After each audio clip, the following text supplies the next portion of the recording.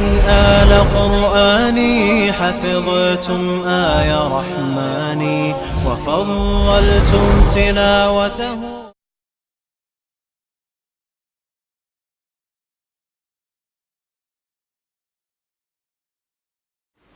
Bismillah ar-Rahman ar-Rahim.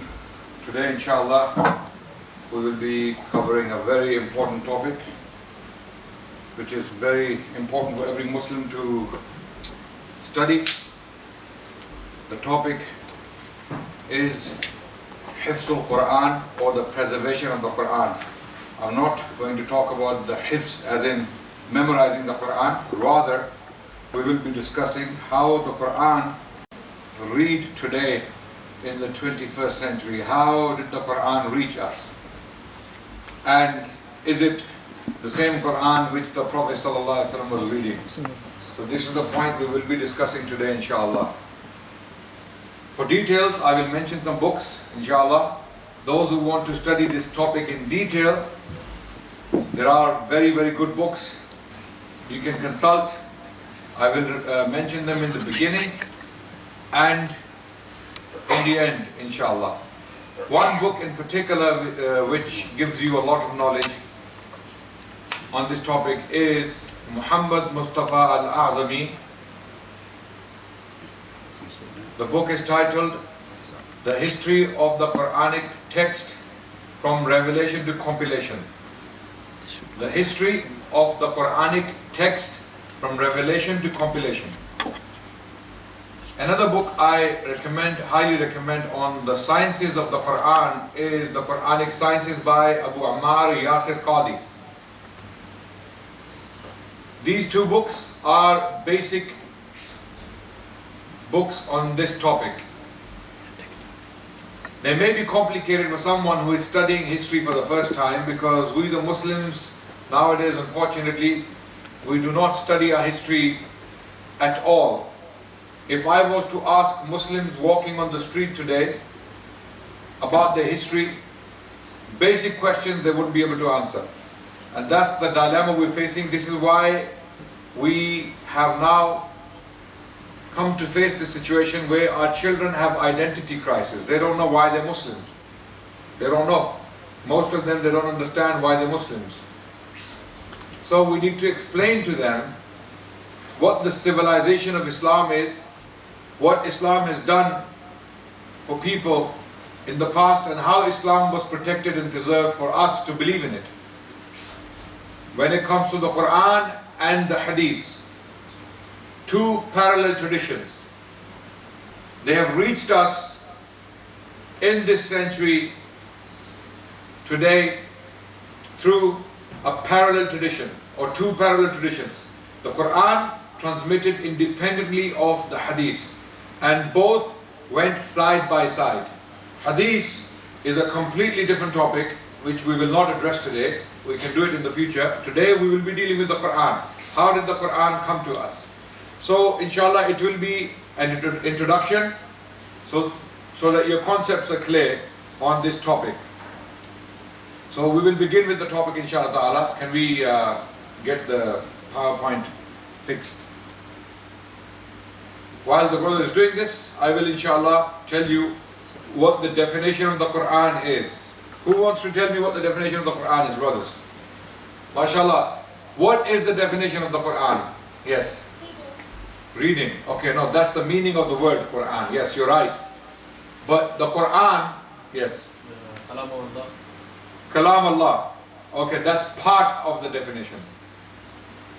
That's partly true. What you said there, that the Quran is Kalamullah, Allah's speech, Allah's word. Okay?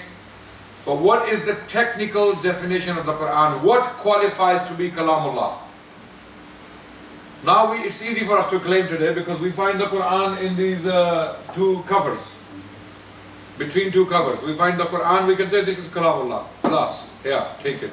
Right? Today it's easy for us. But how was it put together in these two covers? What determined as to a particular text is Kalamullah? What's the definition? Anyone? We read it every day, but we don't know the definition. Not many people, even scholars, some scholars don't know the definition because it's a technical topic. The definition of the Quran goes as follows. And I have taken this definition from Imam al-Zarqani. The definition is the Quran is the Arabic speech of Allah. Pay attention everyone.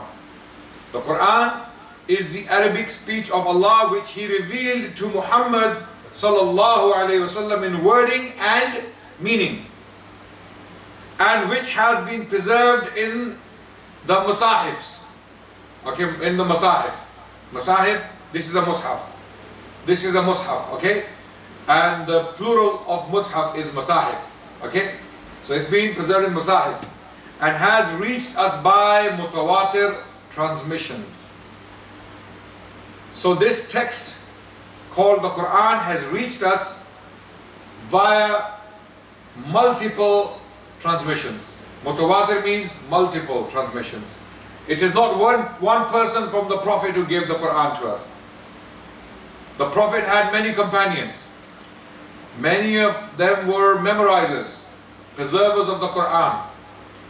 So it's not one or two people, it's many of them, and from then onwards, their students, there are also many, and then the numbers multiply to an extent that we today, someone who has memorized the Quran can trace back that reading of the Quran to the Prophet ﷺ directly without an interruption.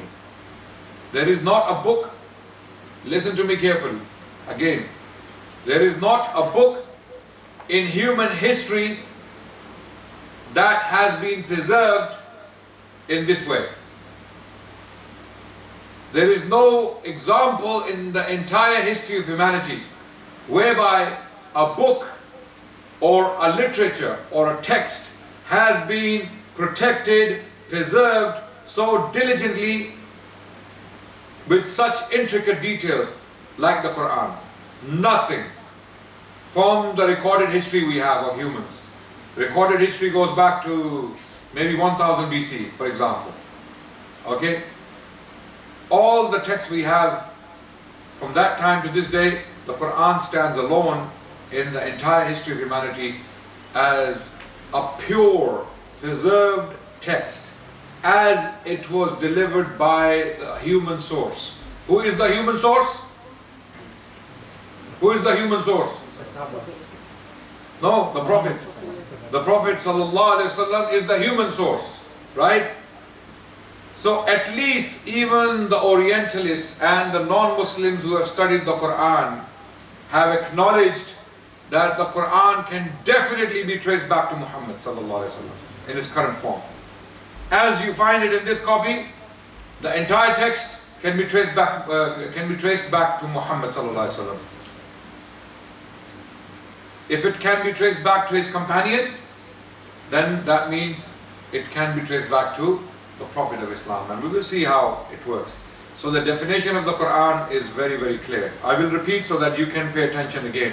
The Quran is the Arabic speech of Allah which He revealed to Muhammad in wording and meaning, and which has been preserved in the Masahif and has reached us by mutawatir transmissions and is a challenge to mankind to produce something similar to it. That's the definition of the Quran. Remember that. Okay?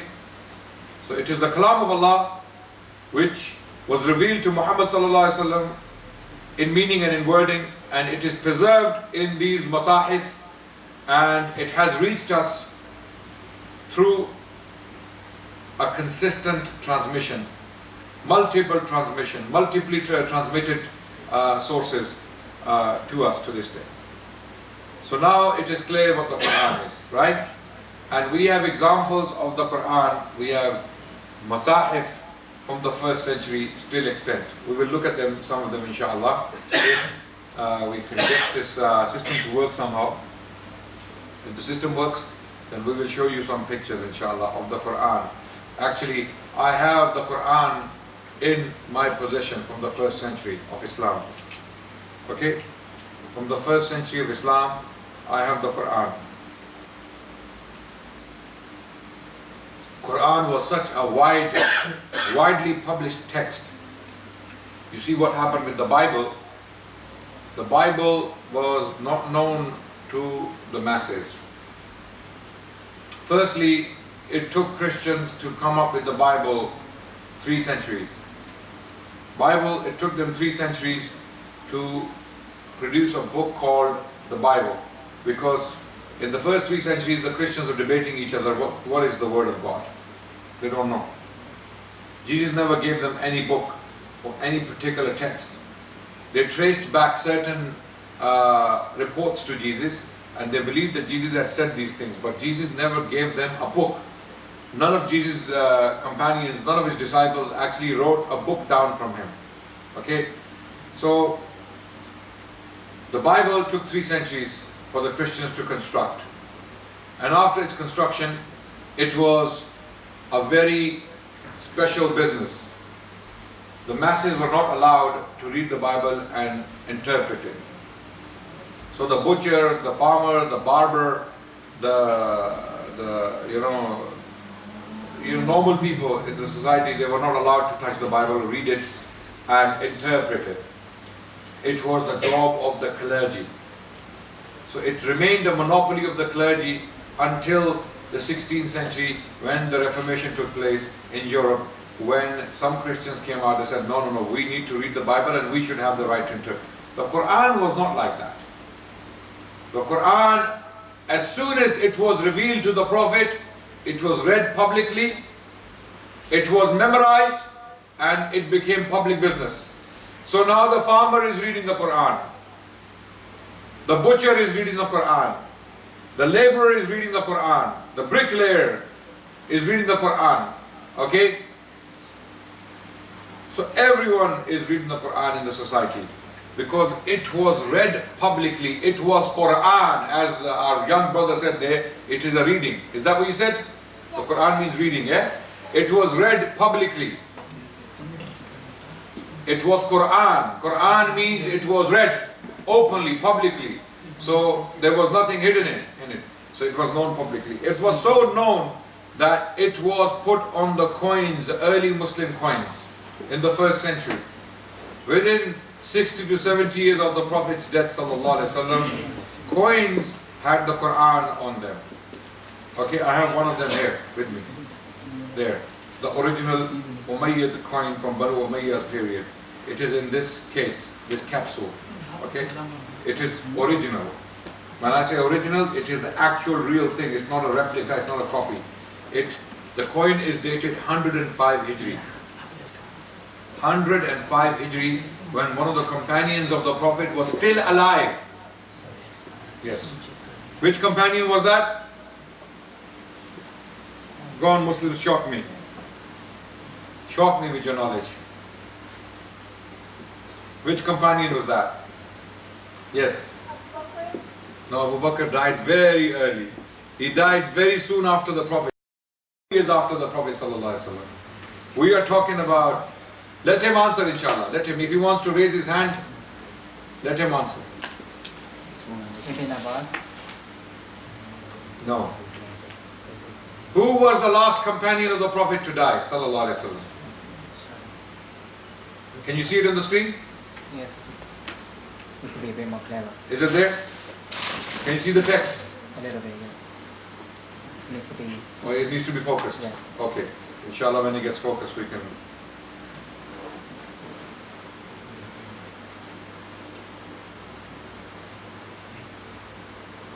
So what you can see there is the definition of the Quran. So let the brother fix it while I'm speaking to you. Yeah, you will see it. I brought it for you to see it, but not now. You will have to wait until the end. I'm intrigued. I have the other coins as well. This is a coin from Muawiyah radiallahu anhu's time. How did you get that coin? When you want something, it comes to you. When you seek something, yeah? When you seek something, you will get it. Maybe if you start looking, if you start learning about your history, you start indulging in it, you will find the people who have possession of your history, and you can get hold of it. Because I have interest in my history. I study it with passion. So I'm able to get these things. You start looking, right? When you want to buy a car, what do you do? Huh? Research. Auto Trader, Gumtree, and then 101 ideas come to your mind, and then you go and bargain. When you buying the car, the tire is ripped, or there's paint coming off the bumper. Can you reduce the price? You bargain. Your brain start functioning. Yeah, it kicks in. Your brain's, you know what you call the necessary hormones. They kick in, right? Likewise, if you took interest in history, you will find ways to learn it and find evidence for it. So these, I have two examples with me today. One is an early Islamic coin. Early Islamic coinage did not have, no, maybe leave the, do you need to turn the light off? No. I can have a focus light for you. Is that okay? No, turn the light on, inshallah. Can you see the text there? Yeah. Is it clear? Yeah, I think the guys in the back. Those who cannot come see it clearly, come close, inshallah. Yeah, come. So basically, now, so we have these living examples of the Quran from the first century of Islam. There is Surah Ikhlas on this. قُلْ هُوَ اللَّهُ أَحَدٌ اللَّهُ الصَّمَدُ لَمْ يَلِدْ وَلَمْ يُولَدْ وَلَمْ يَكُنْ لَهُ كُفُوًا أَحَدٌ. This is when the Sahaba are still alive, one of them at least. One of them is still alive when this particular coin was minted. 105 Hijri. Okay, this is from the time of Hisham bin Abdul Malik. Hisham bin Abdul Malik was the son of Abdul Malik bin Marwan. Okay, so this is the time of the Sahaba. This coin was minted when Imam Abu Hanifa rahmatullahi alayhi was 25 years old. When Imam Malik was nearly 10 years old. Okay, so who was the last companion to have died?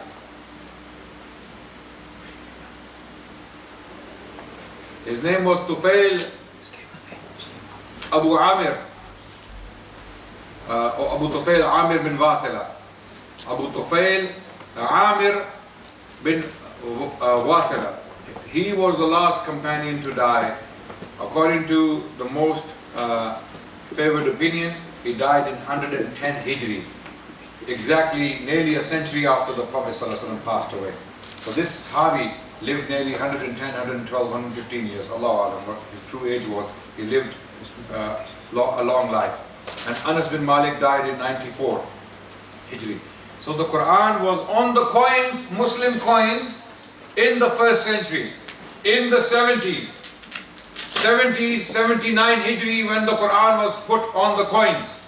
Before that, the Muslim coins looked like this. They were copied from the Persian coinage and they put Bismillah on it, just to show that it is an Islamic coin. Bismillah on it. The die was the same Persian die which was being used by the Persians previously. So the Quran came to the Muslims publicly. It was a public text read to the Muslims. It was protected, read, cherished, observed, practiced publicly. So it became a public reading. Now when the Quran was revealed, how was it revealed? First of all, before we get to the point, we have Sahih al-Bukhari in Kitab al-Wahi. We have a report from Aisha radiallahu anha that revelation came to the Prophet ﷺ in different forms. And the Prophet ﷺ, for example, it came to him when he was asleep, it came to him as a true dream. He had a dream and certain verses of the Quran were given to him in the dream. For example, Surah Al-Kawthar. Inna a'tainaka al-Kawthar fasalli li rabbika wanhar inna shani'aka huwa al-abtar. These three verses were given to the Prophet when he was in his sleep. He woke up and he was smiling. And he was asked, Ya Rasulullah, why are you smiling? And he read these three verses that Allah gave him these verses in his dream. Right? Or revelation would come to him in the form of true dream. Okay? He would see a dream and he would see it happen in front of him. Then sometimes it came to him, a bell would ring in his ear, like, something like a bell, like a warning that revelation is going to come. And he would sweat excessively. He would sweat. His body would become unbearably heavy. Okay? Anyone with him would see his state, that he would sweat and his face would go red and then he would be receiving revelation, and then immediately he would tell his companions to come and put it down, write it on paper, not paper, sorry, there was no paper at the time, on leather, on tree skins, on bones, whatever material they could muster, whatever they had at their disposal, they started to write the Quran down on those materials, right? So this is how the Quran was read by the Prophet when it was being revealed, and he had close to 60 scribes, on and off, on and off. They would be writing the Quran on and off. But there were some who were consistent scribes. People like Zayd bin Thabit, Ubay bin Ka'b, okay? Even Muawiyah radiallahu anh was at one point the scribe of Rasulullah sallallahu alaihi wasallam, writing the Quran for him. And the list of names is given by Al-Azami in his book, The History of the Quranic Text, which I mentioned in the beginning. The list of names of the scribes of the Prophet ﷺ is mentioned in that book. So as soon as the Prophet read the Quran, it was written down and memorized. 2 ways the Quran was preserved. And why did they actually put more emphasis on memory? Because Arabs at the time were expert memorizers. They had memorized even the genealogy of their horses. If you went to a tribe and you saw a beautiful horse in this particular village or a town, and you would ask, where did this horse come from? The owner would proudly tell you, this horse is the son of Fulan and Fulan and Fulan and Fulan ibn Fulan ibn Fulan. They will tell you the name of the owner, where the horse came from, the father mated with the mayor of such and such person's possession, and this is how I got my horse. They would tell you the genealogy of horses, let alone humans. So they had memorized their genealogies. They were expert memorizers of poetry. Okay, they had memorized the diwans of their poets. Today, people can't memorize 1 or 2 or 3 verses, right? This is why you need this. They didn't need this, by the way. The companions of the Prophet ﷺ did not need the Mus'haf. They were memorizing the Quran in their memory. And what they were writing down on bones, on tree skins and leather was for their convenience. It was complementary support to what they had already memorized, right?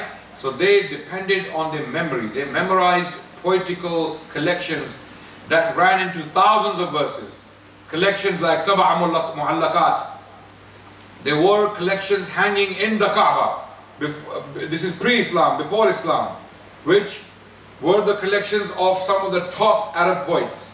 Okay, for example, Antar bin Shaddad.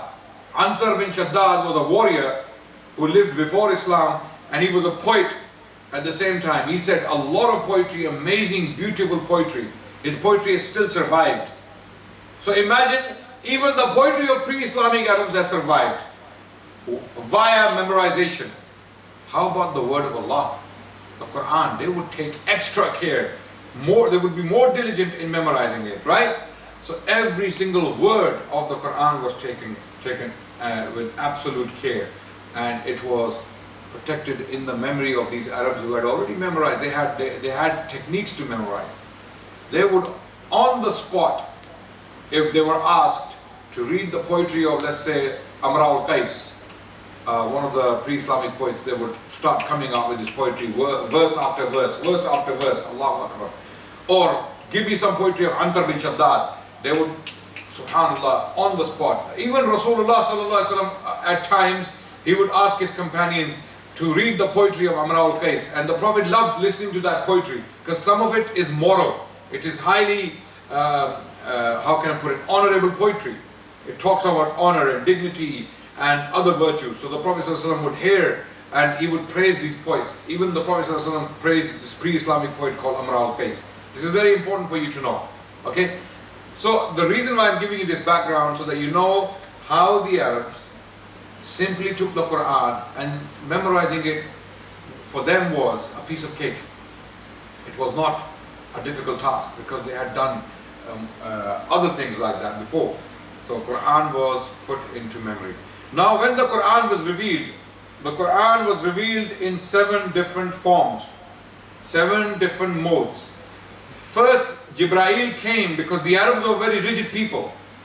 Every language has certain dialects. For example, is there anyone from the Punjab region here? Punjab, you're from Punjab, yes?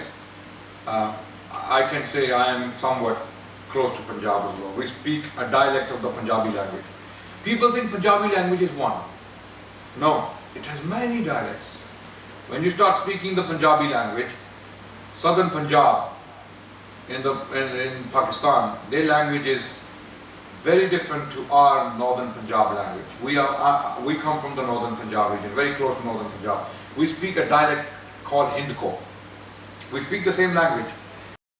People from southern Punjab can understand what we're saying, right? They can understand what we're saying. But, and we can also understand with difficulty what they're saying, right? But it's the same language. Sikhs speak the same language with a different twist, right?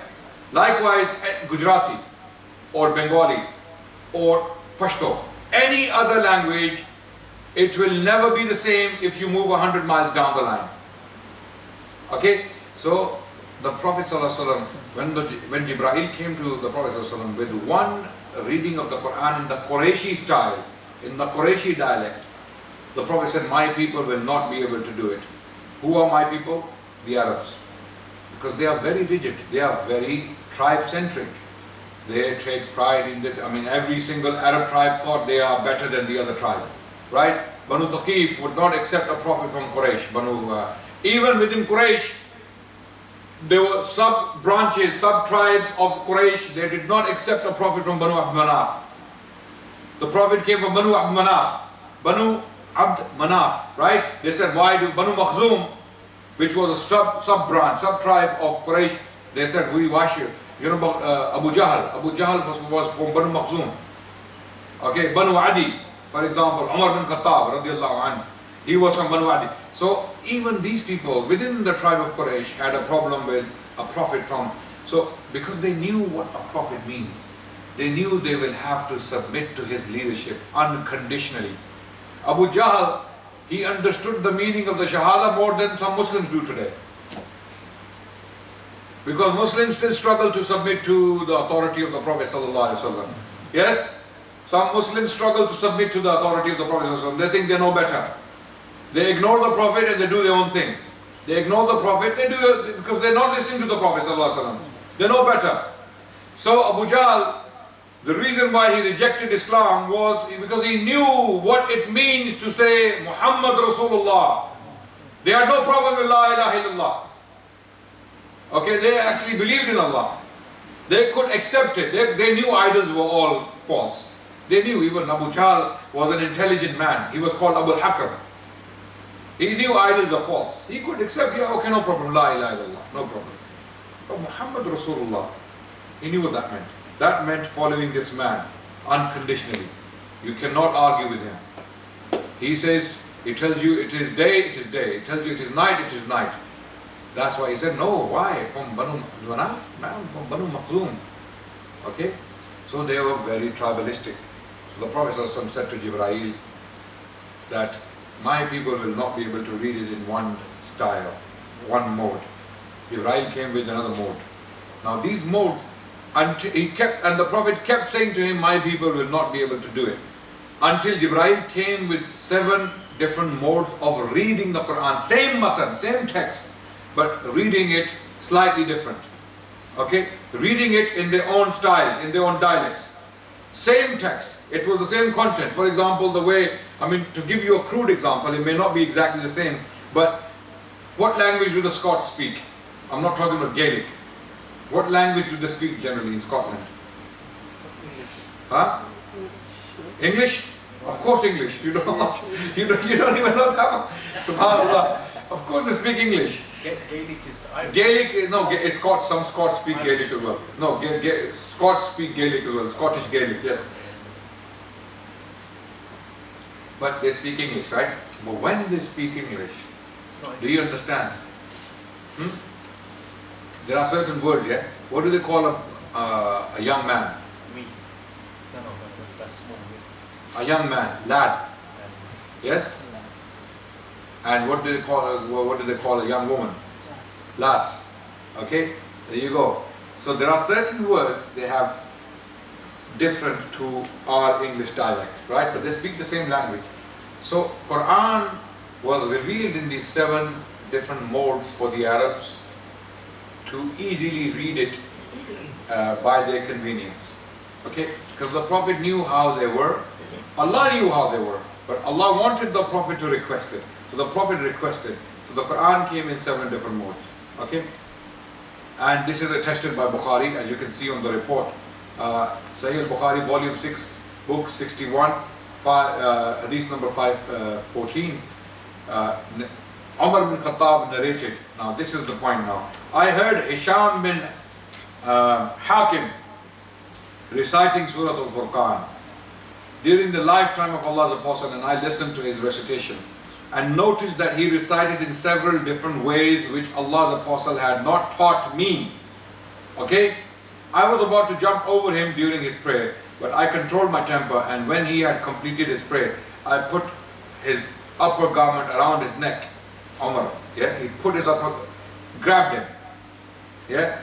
This shows you a number of things. First thing is, if the Quran was read in a way which was not authorized, they would not sit and listen. They would not just tolerate it. They would get involved immediately because they knew the meaning of the Quran. It is the word of Allah. It is Kalamullah. You can't mess with it. You can't read it in a way other than the way Prophet taught. So Umar jumped on him. He said, how dare you read the Quran like that? I haven't been taught like that. But how did he know that he was reading the Quran in the same surah? Because of the content. Surah Al-Furqan, Umar mentioned, he was reading from Surah Al-Furqan. So Umar knew by the content, but his reading, his pronouncement or his pronunciation was different to Umar's. The content was exactly the same because Umar recognized it immediately straight away. But delivery was slightly different. So he grabbed him and he said to him, who taught you this surah which I heard you reciting? He replied, Allah's Apostle taught it to me. I said, you have told a lie, for Allah's Apostle has taught it to me in a different way from yours. Okay, so I dragged him to Allah's Apostle and said to Allah's Apostle, Ya Rasulullah, I heard this person reciting Surah Al-Furqan in a way which you haven't taught me. On that Allah's Apostle said, release him, Umar. Recite, O Hisham. Then he recited in the same way as I heard him reciting. Then Allah's Apostle said, it was revealed in this way. And added, recite, O Umar. I recited as he had taught me. Allah's Apostle then said, it was revealed in this way. This Quran has been revealed to be recited in 7 different ways. So recite of it whichever is easier for you. So the convenience was, the Arabs could read in a style the same text, whichever style was easier for them. So they were given 7 different styles to read the Quran in. So what was the detail of these styles? They pronounced or they said certain words differently. For example, certain words of the Quran they were said differently, right? Or they pronounced certain things in a different way. Or maybe elongation, what we call, sometimes we read the Quran and you, I can give you local example, again Punjabi and Urdu and other languages, how people speak one word in one city and the other people say the same word in a long way. So these styles, they were read in a way that was convenient for the Arabs. Okay, so they were allowed to read the same text, same matan in their own way. So Sahih Muslim has a report in Kitab al-Salah. Ubay bin Ka'b reported that the Prophet of Allah was near the tank of Banu Ghifar. That Gabriel came to him and said, Allah has commanded you to recite your people the Quran in one dialect. Upon this he said, I ask from Allah pardon and forgiveness. My people are not capable of doing it. He then came for the second time and said, Allah has commanded you that you should recite the Quran in your people 2 dialects. Upon this, the Prophet ﷺ said again, I seek pardon and forgiveness from Allah, my people would not be able to do so. Then Jibreel came the third time and said, "Oh Allah has commanded you to recite the Quran to your people in 3 dialects. Upon this, he said, I ask pardon for forgiveness from Allah, my people would not be able to do it. He then came to him for the 4th time and said, Allah has commanded you to recite the Quran to your people in 7 dialects, and in whichever dialect they would recite, they would be right."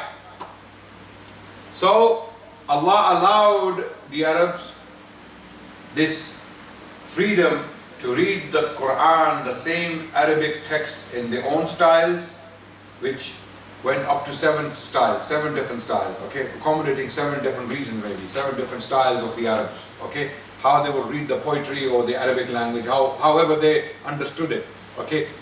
The exact reality of those styles does not survive anymore, because Quran later on was put into one dialect. It was narrowed down by Uthman radiallahu anh, because of the new Muslims who had come to Islam, and they started to bicker with each other. Because the Arabs who had received the Quran, they knew how the Arabic language works and what the differences of pronunciation are.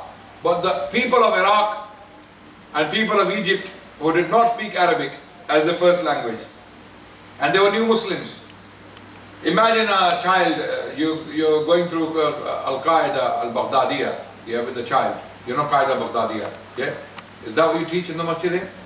Or Yassarna al-Quran? Yassarna al-Quran, I think. Yeah, the Pakistani one, mashallah. Okay?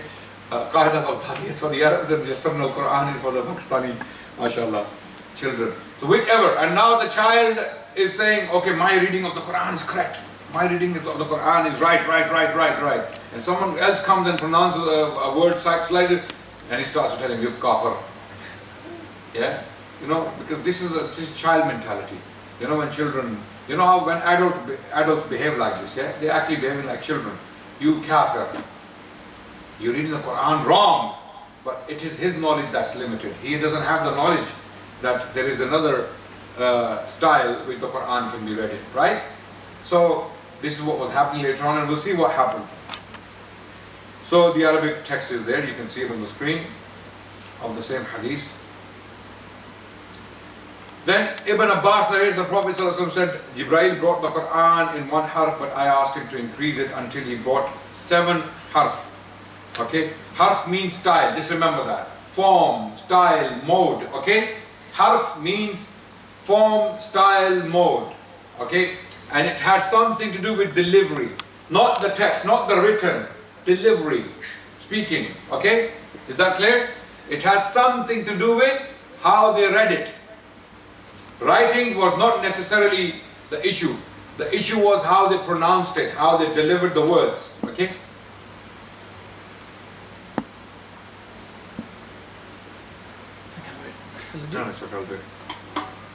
This is very, very important.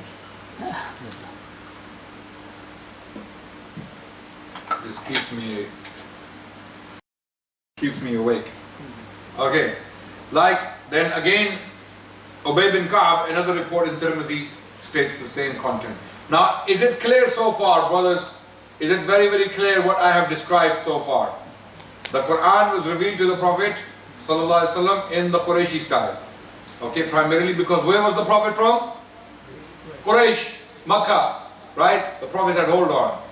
I seek Allah's forgiveness and pardon. Send it down with more flexibility so the Arabs can read it in their own styles. Same text, same Arabic in their own style. And it came in 7 styles. So they were allowed to do it. So, how many tribes we have of the Arabs? Big tribes. Quraysh, we have Hudayl, we have Taqif, we have Hawazin, we have Kinana, we have Tamim, we have Yemeni, you know. There are so many big tribes all over the Arabian Peninsula. You know how big the Arabian Peninsula is? Do you have any idea?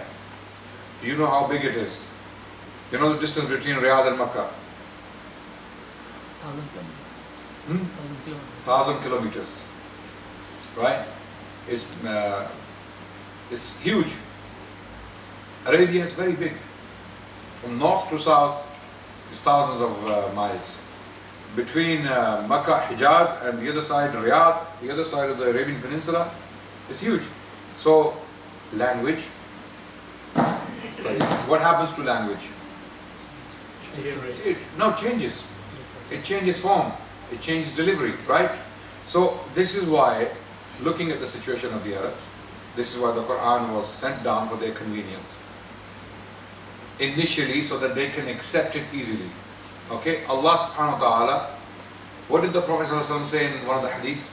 The Prophet said, Yassiru wala tu'assiru, bashiru wala tunaffiru. Okay, Allahu Akbar. This is the behavior of the Prophet ﷺ. This is how Allah had taught him. Who nurtured the Prophet? Who conditioned him? Who conditioned the Prophet and his character? وَإِنَّكَ لَعَلَى خُلُقٍ عَظِيمٍ. Who is telling him this? Allah. Allah is telling him that I have made you with great manners, with great character. Allah has made you. Allah has made the Prophet what he is. Allah subhanahu wa ta'ala created him and formed him and conditioned him. Allah prepared him for Islam. Allah prepared him as a model for humanity. You understand? Despite what these Islamophobe lying, haters are saying nowadays, and this is happening because Muslims are sleeping. The fact that you can actually demonize a man like Muhammad sallallahu alaihi wasallam and get away with it is because Muslims are sleeping. Because Muslims are not doing their job in conveying the message of Rasulullah sallallahu alaihi wasallam. What is the best counter to the hate and deliberate tarnishing of the name of Muhammad sallallahu alaihi wasallam? What is the best counter to it? What is the best counter? Spread his teachings. Spread his teachings. When someone calls him a terrorist, put a hadith from him sallallahu alaihi wasallam. Put a hadith where the Prophet sallallahu alaihi wasallam taught that do not kill women and children even in conflict. When someone accuses him of being a violent man, say he is the same man who taught do not overburden your camels because they are a creature for a creature. Then you paint another hadith. Twitter, Instagram, instead of flashing your pictures there, taking selfies and putting them up, do something for the Prophet sallallahu alaihi wasallam, right? Okay, do something and put up the best response to haters and Islamophobes and the enemies of Islam and Rasulullah sallallahu alaihi wasallam is to spread his teachings. That's the best way. Don't scream, don't shout, don't swear, don't attack, don't go violent, don't do any of this. Just put his teachings out. Like Hamza, he came to Rasulullah sallallahu alaihi wasallam after cracking Abu Jahl's head open. Why did he do that? Why did Hamza do that? Huh? Yes. Because Abu Jahl was a bad person.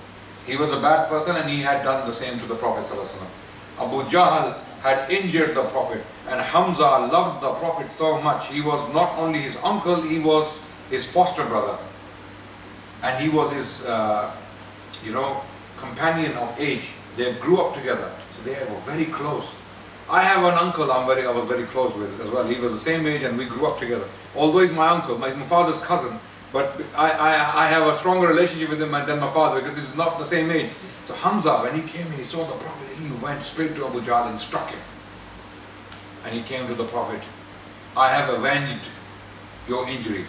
The Prophet sallallahu alaihi wasallam, Hamza was expecting the Prophet will hug him, kiss him, thank him. I'm not happy with that. So he said, what will make you happy then? He said, only if you embrace the faith I've come with. Only if you embrace the way I've come with. And Hamza said, Ashhadu an la ilaha illallah wa ashhadu anna Muhammadan Rasulullah. He accepted Islam. You see, the Prophet ﷺ, you're swearing, shouting, being violent, burning tires here and there, wherever you do it in Muslim countries or elsewhere, it's not going to get you anywhere with the Prophet ﷺ. He doesn't want this from you. What he wants you to do is in response, spread his teachings, spread his word. This is why he came. He came to make this world a better place. So, مَا أَرْسَلْنَاكَ إِلَّا رَحْمَةً لِلْعَالَمِينَ. We have sent you not except as a mercy of the world. So,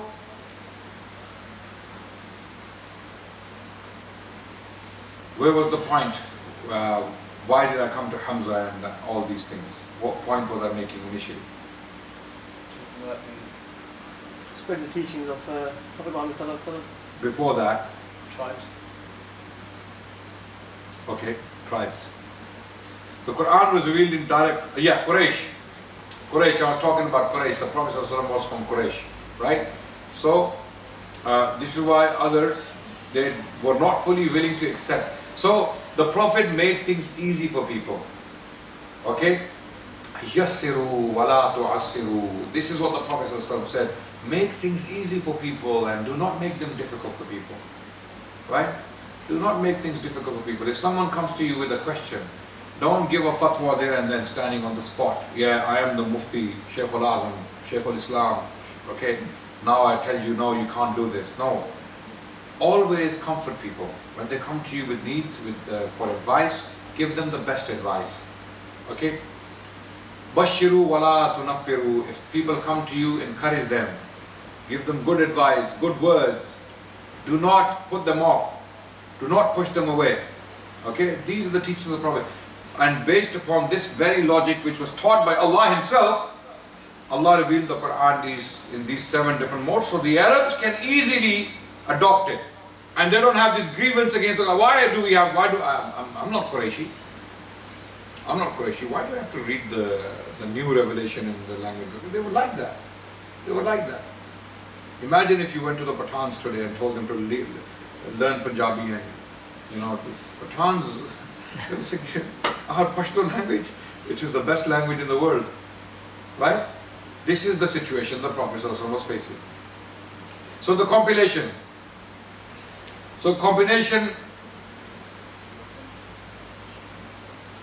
We'll come to the compilation now. How was the manuscript put together? Firstly, Allah subhanahu wa ta'ala promised in the very Quran itself, in Surah 15 verse 9, A'udhu billahi minash shaitanir rajeem, Bismillahir Rahmanir Rahim, Inna nahnu nazzalna dhikra wa inna lahu lahafizun. We have revealed this revelation, this dhikr, this remembrance. We will guard it against corruption. Allah took it upon Himself that it is my job to protect it. And how I protect it is up to me. I will get it protected and I will get it read and memorized. So Allah will cause this book to be protected. And amazingly, there is not a book in human history that has been protected like the Quran. Not a book. There is no text in the entire history of humanity which is purer than the Quran. What do I say pure? I mean the way it was delivered by the human source himself, Muhammad sallallahu alaihi wasallam. Now non-Muslims don't believe in him. They don't say he's a prophet. But they do accept, scholars, those who study the Quran in the Arabic language, that this Quran definitely came from Muhammad. There's no doubt. We have sources going all the way back to the Prophet sallallahu alaihi wasallam. So, the first compilation after the Prophet ﷺ passed away. Now the Prophet ﷺ had been receiving the Quran and the Quran was coming down randomly. So different parts of the Quran came at different times and those parts were put into different surahs according to the instructions of the Prophet ﷺ. So I'll give you an example. That apart from a surah, a fragment, let's say, an excerpt from a surah would be revealed to the Prophet on the same day, and another part from another surah would be revealed, and the Prophet would instruct his companions that this part goes to such and such surah where you find the story of the cow, for example. You know why the surahs are named after Baqarah, Surah Al-Hadid, Surah Yusuf, Surah Maryam? Why they're named after, why they're titled like this? Because these are the very topics being addressed in the chapters in the surah. Surah Al-Ma'idah, why is it called Ma'idah? There's a very small portion of the surah that talks about the Ma'idah that came from the heavens, right? But it is called after that incident, right? Likewise, so when surah is talking about an issue, the title of the surah or the name of the surah is basically given due to that. So the Prophet would instruct his companions, where you find that particular incident addressed or that particular qissa or story of Yusuf, in such and such place, after such and such verse, place these verses. So the Sahaba would immediately put these verses there. And then another part from another surah would come, the Prophet would command his companions, this part now goes to that surah, put it there. As he was commanded by Allah subhanahu wa ta'ala. So even the order of the Quran as we find it today is tawqifi.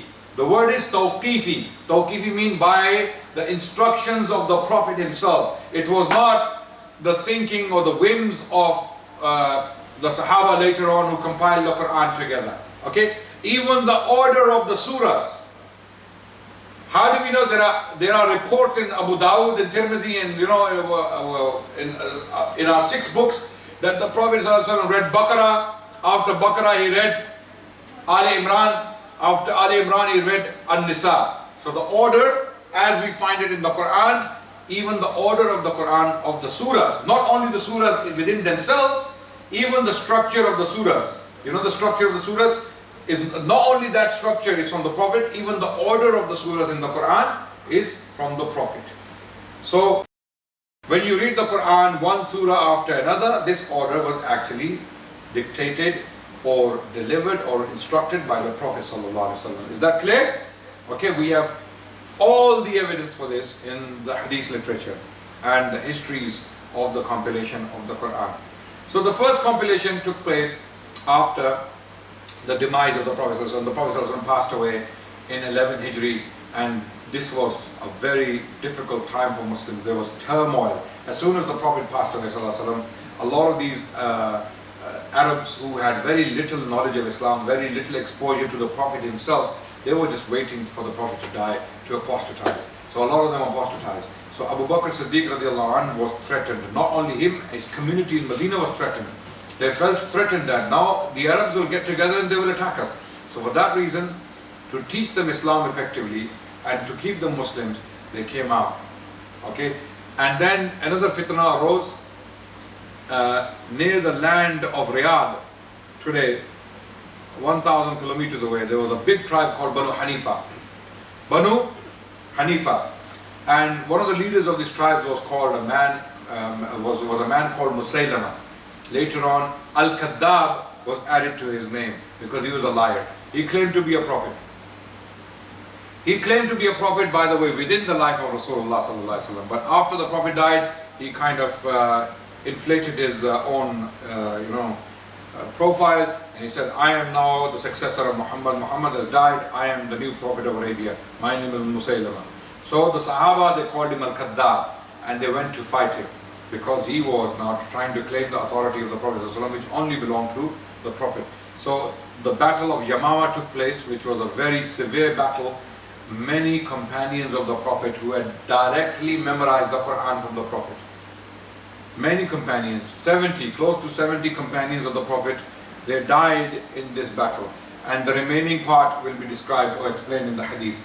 So in Sahih al-Bukhari, volume 6, book number 61, Hadith 509, it is narrated by Zayd bin Thabit that Abu Bakr as-Siddiq sent for me when the people of Yamama had been killed.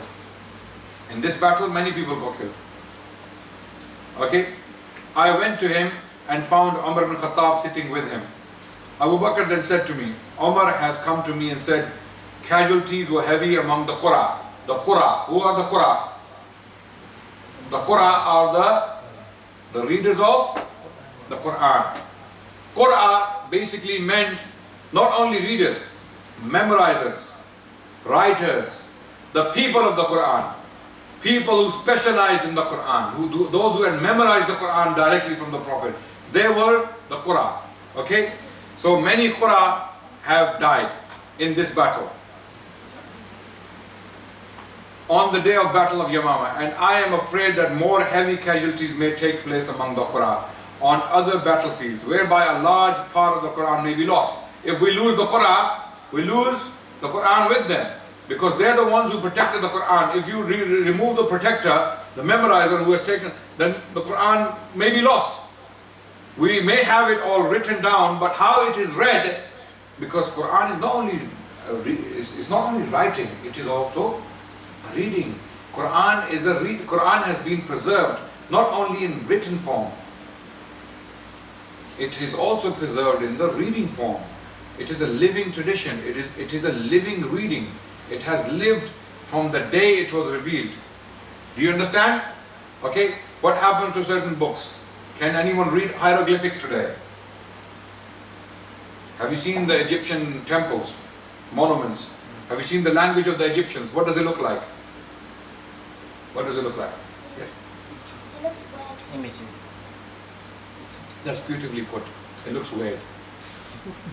And indeed it looks really weird because there are snakes, ducks and like, different figures, and they knew how to read what they were writing, right?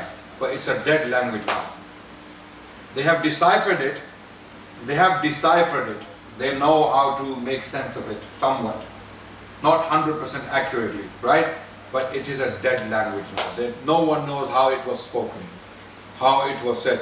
The Quran is not only written, it's not a dead language, it is a living text.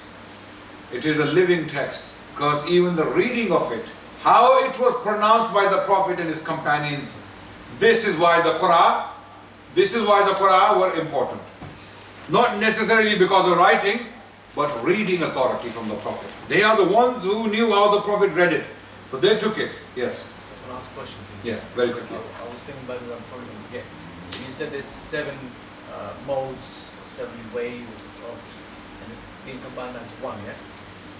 Yeah. So the one dialect basically. Yeah, we're coming to that, by the way. So maybe your question will be answered. If it's not answered, do ask it. We'll come. So what happened this is the first compilation now. When the Prophet was alive, the Quran was not put between 2 covers. It was not put between 2 covers. It was what? Orally read, publicly. It was because it was assumed that it is protected, preserved in the memory.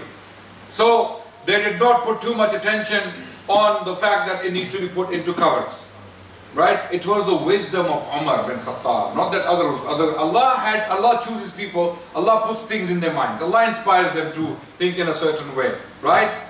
The Sahaba could not imagine losing the Quran because we have memorized it. We have so many memorizers, but when 70 of them got killed in one battle, Umar said, oh subhanallah, we've lost them. We've lost 70 of them in one go. One strike and 70 of them are gone. Another strike like that, do you think we will be able to handle it? Therefore, we need to now put it in 2 covers. We need to write it properly, because previously, the Arabs, when they were writing the Quran, the companions of the Prophet ﷺ, this information I'm giving you is very important. This is the commentary on these reports we're reading. This is what I'm giving you right now is commentary on these reports. These are the details which you cannot easily find otherwise, right? Because this is the context of the situation. The context makes sense of every single incident in history. So, when they were writing initially, when the Prophet was alive, how they were writing, what alphabet, in what form, we don't have that. We don't know. Why? Because they were writing Arabic, but how they were writing, the spellings they were using spellings for their convenience, right? Even the spellings of the Quran at the time were not completely standardized. They knew shorthand? You know what shorthand is? The one who's writing shorthand knows what they're writing, right? They know exactly what they have written, right? Okay? So it is possible that some of the Sahaba had written the Quran on bones, on tree skins, on leather, and they had written it in a way which was not completely standardized. Okay? Because all of them were writing in their different handwriting. Okay? So it was not a uniform standard of writing. Because the Arabs, by the way, the Quran was the first book ever written in the Arabic language. Is that clear? So even the poetry prior to that? No, it was not in the book. It was all memorized. It was written in scrolls. It was written not in a book form. The Quran is the first book ever written in the Arabic language. Remember that. Just keep that in your minds. Okay? Prior to the Quran, there is no written literature available in human history. It doesn't exist. All you have is some proto-Arabic inscriptions on rocks. It looks like Arabic. It is Arabic, but it's very difficult to read. It's not written in the same alphabets. Okay? So in the Arabian Peninsula, there are inscriptions 2 centuries, 3 centuries before the Prophet ﷺ. For example, there was an Arab king, very powerful king. I think his name was Harith. He was the king of Banu Ghassan. On his tomb, there is an inscription in the Arabic language, but it is different. It is not written like the Quran. So, the Quran is the first standard uniform text written in the Arabic language. Okay? So, Quran, for this reason, is the standard of the Arabic grammar, Arabic language, Arabic balagha. Quran is the yardstick. Even non-Muslim Arabs, they are forced to follow the Quranic grammatical forms. Even the Hebrew grammar, which was standardized during the Middle Ages in Spain by the Jewish people, was modeled on the Quranic Arabic grammar. Is that clear? Hebrew language, Yiddish, which is spoken in Israel today, that grammar of the Hebrew language was standardized on the model of the Quran, on the Arabic language. Remember that. The Quran is the source of many human knowledge without, unfortunately, being acknowledged. So, coming back to the point. So now Umar was worried. He said, so many Qur'an have died. So, what was the response of Abu Bakr?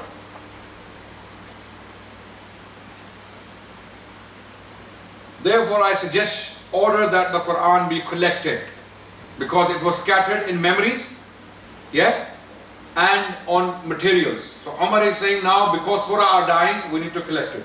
We need to protect it properly so that it is not lost with the Quran. Okay? So, what happened? Where was I? Yeah. I said to Umar, how can you do something which Allah's apostle did not? Umar said, by Allah, that is a good project. Because Rasulullah didn't command it. So, this is the attitude of the Sahaba. Even something as good as collecting the Quran and making it easily available for the Muslims in an easily read form, they had reservations. You know, some people today, they start doing things in the name of Islam without remorse. They start inventing things in the name of Islam and calling it Islam. These people, even though they are about to collect the Quran, their attitude is what? No, we're not going to do it because the Prophet didn't do it. We will not do something new in Islam. But Umar said, no. Prophet ﷺ would have commanded, he would have done it himself. Now that the Prophet ﷺ has passed away, revelations have stopped, the Quran is not coming anymore, so we can collect it now. We can put it in the form as the Prophet left it. So Umar was arguing that way. By Allah, that is a good project. Umar kept on urging me to accept his proposal. Then Allah opened my chest for it, and I began to realize the good in the idea which Umar had realized. Then Abu Bakr said to me, you are a wise young man, to Zayd bin Thabit, and we do not have any suspicion about you. And you used to write the divine inspiration for Allah's apostle. So you have experience with the Prophet. You have written it for him. So you should search for the fragmentary scripts of the Quran and collect it in one book. If they had ordered me to shift one of the mountains, now Zayd bin Thabit is speaking, that this responsibility was so big, because what is he dealing with? He's dealing with the word of Allah. It is not a joke. He can't mess around. It is a huge responsibility. He said, if they asked me to lift a mountain, that would have been easier for me. But this was a very heavy task. Okay? It would not have been heavier for me than this ordering me to collect the Quran. Then I said to Abu Bakr, how will you do something which Allah's apostle did not? Abu Bakr replied, by Allah, it is a good project. Abu Bakr kept on urging me to accept his idea until Allah opened my chest for what he had opened the chests of Abu Bakr and Umar. Okay? So I started looking for the Quran and collecting it from what was written on palmed stalks, thin white stones, and also from the men who knew it by heart. So he started to collect the Quran from different sources in different forms. Till I found the last verse of Surah At-Tawbah. So he's giving you precisely what he has collected and what he collected from who. So till I found the last verse of Surah At-Tawbah with Abu Khuzaymah al-Ansari, and I did not find it with anybody other than him. The verse is, verily there has come unto you an apostle from amongst yourselves. It grieves him that you should receive any injury or difficulty. SubhanAllah. Then complete the manuscript of the copy of the Quran remained with Abu Bakr till he died. So and then with Umar till the end of his life, and then with Hafsa, the daughter of Umar. So Zayd bin Thabit collected the Quran as commanded by Abu Bakr and Umar. Okay? And after that, once the copy was complete, it was put. And even this copy did not have the standardization of spellings. Okay? Even this copy was, how can I put it? It was the earliest copy or the first complete compilation of the Quran in one place. Okay? Because the Quran, as I said, was scattered in memories of the Sahaba and on different materials. And they knew exactly what the Quran is, because Zayd bin Thabit had memorized the Quran entirely. He knew. But he was collecting it to copy it in the written form. So when it was completed, it was placed with Abu Bakr. Abu Bakr had the copy. Then after Abu Bakr died, the copy was delivered to Umar. After Umar passed away, it went to his daughter, the wife of the Prophet, Hafsa. Okay? Then what happened after that? After Umar died, what happened? In the time of Uthman, an incident happened. Something happened that changed the attitude of the Sahaba towards the variations. Which variations? Those 7 different modes. Remember that? Those 7 different styles. The Sahaba, those styles are still continuing. They're still continuing up to the time of Uthman. But something happened in the time of Uthman that changed their attitude towards those 7 different modes. Now this change of attitude happened because of the new converts to Islam. What happened? Anas bin Malik narrates, again in Sahih al-Bukhari, this is a report in Sahih al-Bukhari, volume 6, book 61, hadith number 510. Anas bin Malik narrated, Hudhayfa bin Yaman came to Uthman at the time when the people of Asham and the people of Iraq were waging war to conquer Armenia and Azerbaijan. Is that clear? Hudhayfa was afraid of the people of Sham and Iraq differences in the recitation of the Quran. So he said to Uthman, O Amirul Mu'mineen, O chief of the believers, save this nation before they differ about the book as the Jews and the Christians did before. So he gave an example of the Jews and the Christians. Because the Jews and the Christians, they differ about the word of God to this day. To this day. They're not united. To this day. Okay? So he said to Uthman, before these differences become so wide that they go out of control, you need to put the Quran in one particular style. So Uthman sent a message to Hafsa saying, Hafsa, who is Hafsa now? The one who has the copy compiled by Zayd bin Thabit. Send us the manuscript of the Quran so that we may compile the Quranic materials in perfect copies and return the manuscript to you. Hafsa sent it to Uthman. Uthman then ordered Zayd bin Thabit, Abdullah bin Zubair, Sa'id bin al-As and Abdurrahman bin Harith bin Hisham to rewrite the manuscripts in perfect copies. So the copy which was created by Zayd bin Thabit was his handwriting, his style, his convenience. So Uthman wanted to now standardize the text, even the spellings of the Arabic words. So Uthman wanted to establish a rasam. You know what a rasam is? Rasam is basically how you spell certain words. Okay? For example, how do you spell color in the English way? Sorry? How do you write color? Sorry? C-O-L-O-U-R. No, you. No, in the English way. English way you. You, yeah? In the American way? No, you. No, you. C-O-L-O-R. So this is what you call rasam. The American rasam of writing certain words in a different way, and the English rasam. So now Uthman commanded this committee of companions, 4 people primarily, to put the Quran in one rasam. Okay? And that rasam is standardized by Uthman and put it in the dialect of the Quran, the pronunciation, the delivery of the Quraysh, the Qurayshi dialect. Okay? So, we continue. Rewrite the manuscripts in perfect copies. Uthman said to 3 Qurayshi men. Who are the 3 Qurayshi men? 3 Qurayshi men are Abdullah bin Zubair, Sa'id bin al-As and Abdurrahman bin Harith bin Hisham. The only non-Qurayshi man was Zayd bin Thabit. Okay? He said to 3 Qurayshi men, in case you disagree with Zayd bin Thabit on any point in the Quran, then write it in the dialect of Quraysh.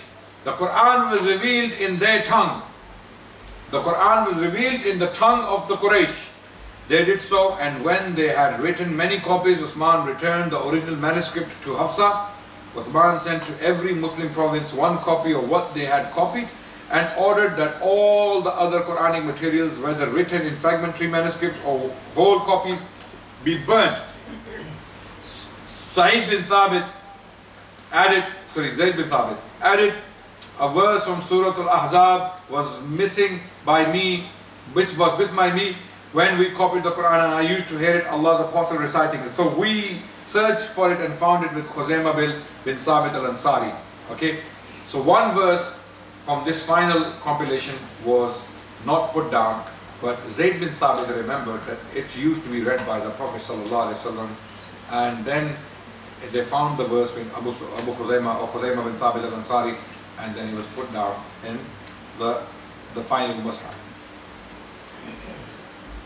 So we have some reports, for example, narrated by Ali bin Abi Talib, that Uthman gathered us and said, I see that we bring the people on a single Mus'haf, so that there is neither division nor discord. And we said, an excellent proposal. Okay, we have reports. So there are reports that Uthman, are you listening, brothers? This is very, very intricate, by the way. There are reports that Uthman specifically commanded the scribes to write certain words in a certain way. This is how much care Uthman personally took in the compilation of this final copy of the Quran, the standardized, the ultimate copy which is agreed upon by the Sahaba, the primary recipients of the Quran from the Prophet ﷺ. So now these copies, rewritten by Zayd bin Thabit on the command of Uthman to achieve 1 goal, to write the Quran in the Qurayshi dialect, number 1, 1 mode, 1 way, and write it in a standardized text, even the written. So not only the delivery, the pronunciation is standardized, even the written text, the spellings have been standardized. Hani al-Barbari, a client of Uthman, narrates that I was with Uthman when the committee was comparing the Mus'haf. He sent me to Ubay bin Ka'b with a sheep's shoulder bone containing 3 different words from 3 different surahs. A word each from 2 Surah Al-Baqarah 259 and Surah Al-Ahzab Surah 30. Surah Al-Ahzab is Surah 30? 33, I think. Yeah, Ahzab is 33. What's Surah 30? 30 is Rum, is it? No. Oh, Rum, Surah Al-Rum, yes. Surah Al-Rum verse 30 and Surah 86 verse 17, asking him to revise the spelling. Are you listening? Revise the spelling of these 3 words in these 3 different surahs. Allahu Akbar. Not verses, the words, the spellings, revise them. So Ubay wrote them down as Uthman commanded them to be written down. SubhanAllah, Allahu Akbar. So now, a lot of people, they, these haters and people who like to cast doubts on Islam, Christian missionaries, a lot of atheistic activists who have an agenda to disprove Islam and Islamic sources, so that people either leave Islam or stop converting to Islam. Christian missionaries, their main purpose of tarnishing or putting doubts on Muslim history or Muslim sources is to prevent their flock from coming to Islam. It's not about keeping them Christian. It's about preventing them from coming to Islam. So a lot of these hateful Christian missionaries out there, you see, their job is nothing else but to prevent people from coming to Islam. So that's why they throw so many deliberate misconceptions about how Islam was conducted. So they say, why did Uthman burn the copies? Why did Uthman burn the copies? Right? Or why did he command these copies to be disposed of? So he was trying to hide something. There was a conspiracy. So they claim a conspiracy. We say to them, if you read the same report carefully, which is in Sahih Bukhari, okay, this is the report, right? This is the report. What happened to the Mus'haf of Hafsa? Sorry? It was given back to Hafsa. Was that the standard Mus'haf? No. Why did Uthman not destroy it? Why did he not destroy it? Why did he not burn it? so your claims are false. Okay, Usman's purpose was that all the copies Muslims have written around the world, okay, which are not standardized in spelling and even in delivery, they are to be disposed of, because they are the ones that are causing differences between new Muslims, not the Arabs, not the Sahaba and the Tabi'een. New Muslims from Iraq and Syria and Egypt, they are the ones who are bickering with each other on these issues. So get rid of those, and this is the standard copy from the Sahaba. We are the recipients of the Quran from the Prophet. Take these copies from it and rely on them, not the ones you have written yourselves for your convenience. So get rid. This was the point. The point was not to destroy some secret version of the Quran which Usman was, this is what they paint, the Christian missionaries paint Usman as if he was conspired, and he appointed the Sahaba to do it. He didn't do it himself, he appointed to do it, right? And all the Sahaba agreed with him. So these conspiracy theories are nothing but a bunch of lies. So, Ustaz, quick question. Yeah. Obviously, a lot of these Christian guys, they talk about, there's a hadith about, I think I'll be a weak hadith, but the sheep eating some verses. Yeah, it's in Ibn Majah. It's a weak report, and that doesn't prove anything. So if you come across that question from them, yeah, what do we? You said to them, first of all, the reports are weak. Okay? Yeah. And this doesn't mean that the Quran, if the sheep has eaten the Quran, does that mean the sheep ate the brain as well? No, ask them, did the sheep eat the brain as well of the Sahaba? We have reports here that Zayd bin Thabit is saying that one verse from Surah Al-Ahzab, one verse, how many? I had put down all the Quran, but one verse I could not find in the written form with anyone except one Sahabi. How does he know? How does he know? So these absurd claims by these missionaries and their gullible flock, unfortunately, it's just to misinform them. It's to completely confuse them so that they don't think of Islam. They think, oh, Islam is, just like any other religion, just like our religion basically, right? So this is how so did the sheep also eat the brains of the Sahaba as well? No, right? Because they had, even if we were to accept, first of all, that's not the case, right? Even if we were to accept that happened, okay, the Quran primarily was preserved in memory. The Sahaba relied more on memory than they did on the written form. How do we know this? The Battle of Yamama. Why is Umar worried about the Quran?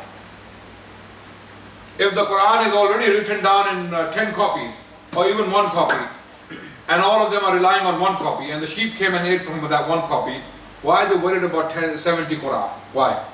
Quran, because they are memorizers. The Quran is in their brains, right? Is that clear now? This is how you respond to them. That stop being fools about history and study our history with the context, not just pick reports. And even those reports are weak. A lot of these reports they use are weak. So the purpose again is to cast doubts on our sources. Now, what do we find historic evidence? Do we have any sources of the pre-Uthmanic Quran? What we find today, in this Mus'haf, 21st century, this is the Uthmanic recension. This is the Uthmanic Rasam and Uthmanic standardization of the Quran, okay? Under the supervision of Uthman with the Ijma' of the Sahaba.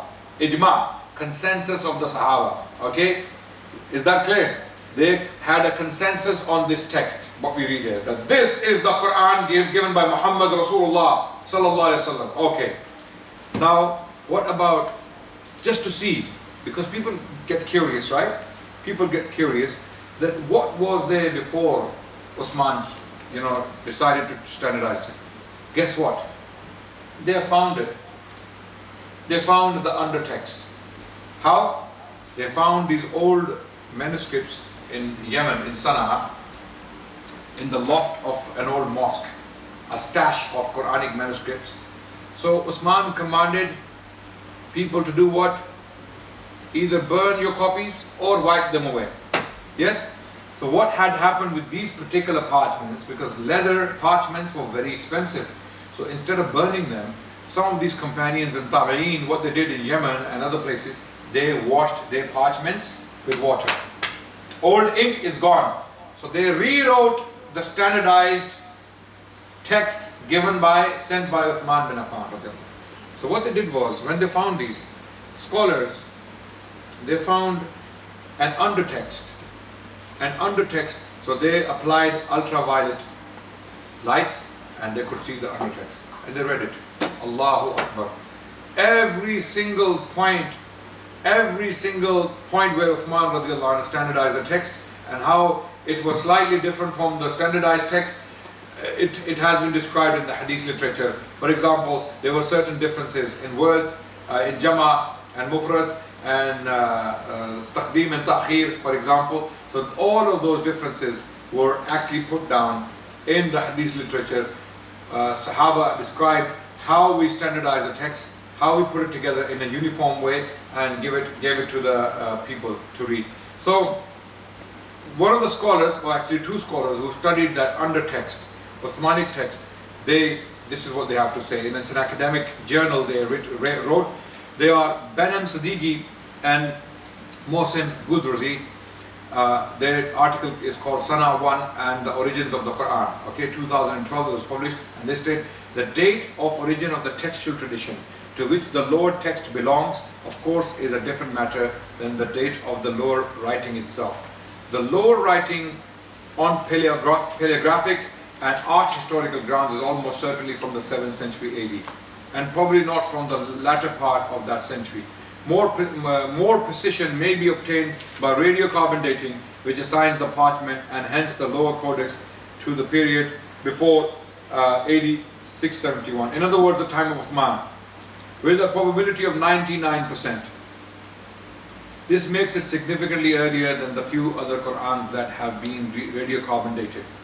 The manuscript was not written long before the Prophet ﷺ, since it contains the 9th surah, which includes some of the last passages he disseminated. So this copy found in Yemen goes back close to the life of the Prophet ﷺ.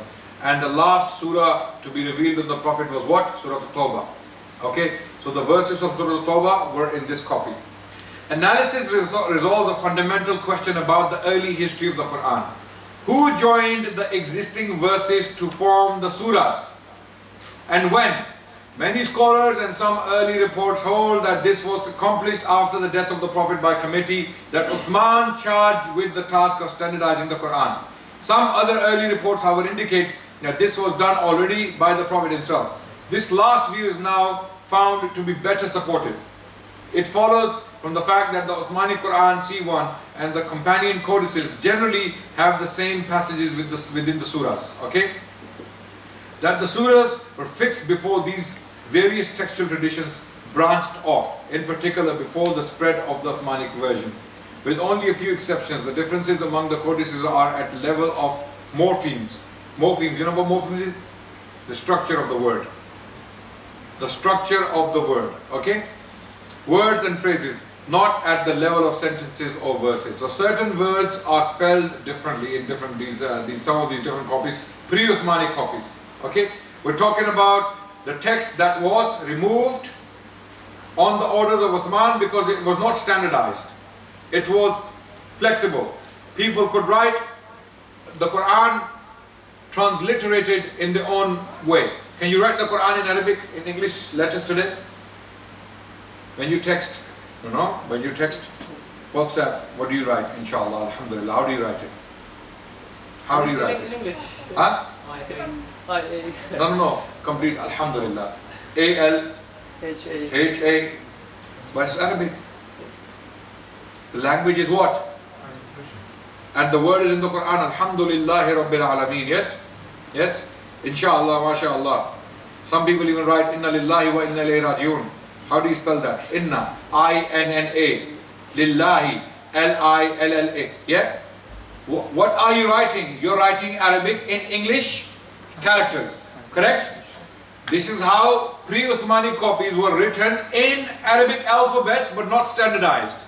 People were writing in their own rasam, you understand? So you can call it transliteration in different styles, using different kind of alphabets, or maybe, for example, some people used Saad, I'm giving you an example, instead of Seen. Or things like that, examples. That's why Uthman had to standardize the spellings as well. It was a very delicate process. And they found some of these things, in the undertext. How do we know that these things existed? Because we have been told in the hadith literature that these are the things that were actually removed from or by the Uthmanic committee, Uthmanic standardization. And those who cast doubts on the hadith literature, now Allahu Akbar, amazingly, these parchments, they confirm the veracity and the accuracy, the authenticity of the hadith literature. This information, where does it come to us from? The process. The process of the compilation, where does it come from? It's not in the Quran. The Quran doesn't tell you how the Quran was compiled. Where does this information come from, brothers? Hadith, literature, chronicles, history, yes? And a lot of these revisionists, a lot of these historians of early Islam who have an agenda, in some cases they are biased, they are outright atheist, or possibly even funded by Zionist think tanks. A lot of them, they have an agenda to basically, completely either ignore this evidence, not address it, or just give some erroneous interpretations, right? So, Shall I give some juice? sorry? Shall I give some juice? No, it's good. So what happens now? All of this information, what does it show you?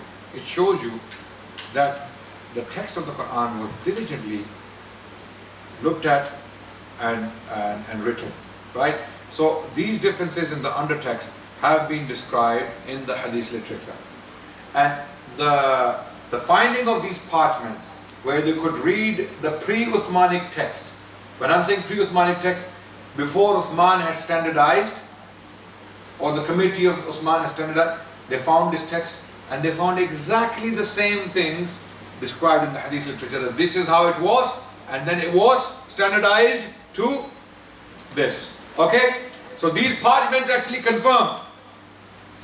So when you read, for example, Surah Al-Ikhlas on this, it is exactly how you read it there, on this coin, from the 1st century. You understand? So, all the historic evidence, we have coins, inscriptions, parchments, whatever we find, it confirms the veracity of the hadith literature. If hadith tells you one thing, okay, they start saying to you, these Orientalists and revisionists, they start saying to you, hadith literature is not trustworthy. It is fake. It is oral transmission. It can't be trusted. It can't be trusted. Like parrots, it can't be trusted.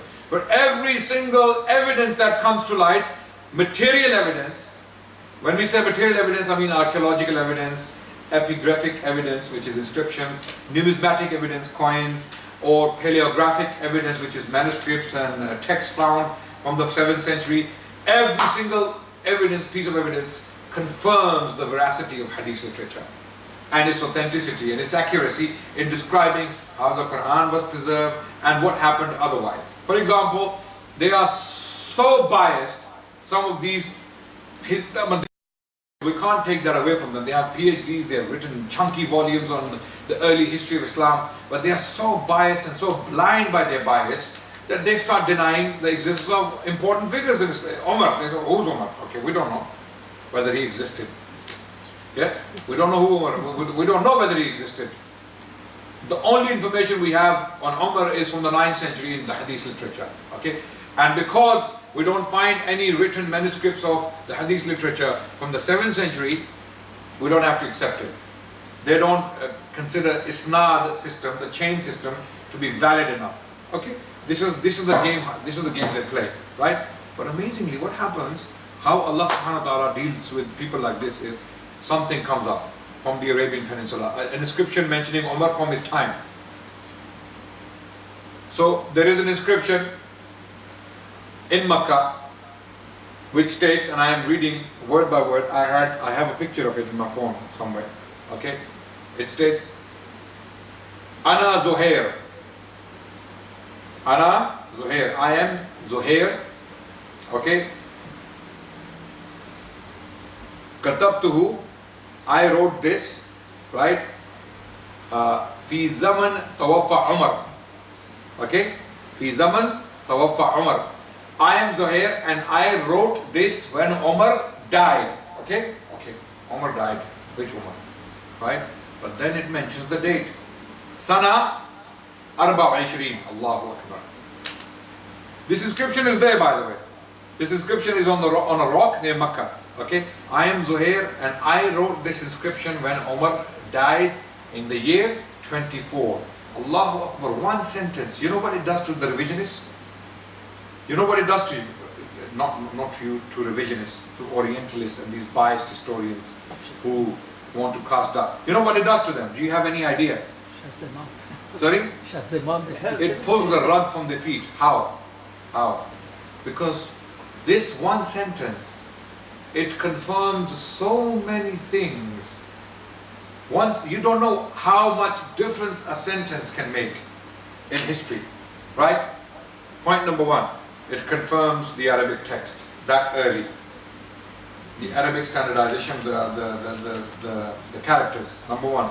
Number two, it confirms the Islamic chronology. What is that? The calendar, the Hijri calendar is already established by the time Umar died, because he said year 24 of what? Of what? And what does the Hadith literature tell us when Umar died? When was he killed in Medina? 24 Hijri.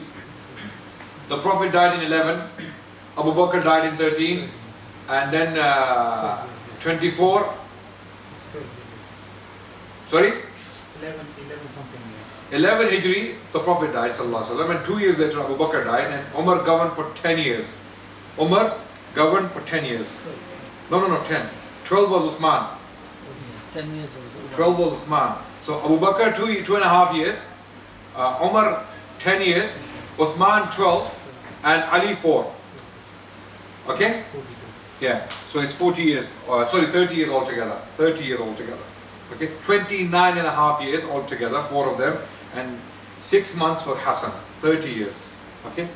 So, this inscription completely pulls the rug from their feet, and they don't want to address it for some reason. They don't want to address it for some reason.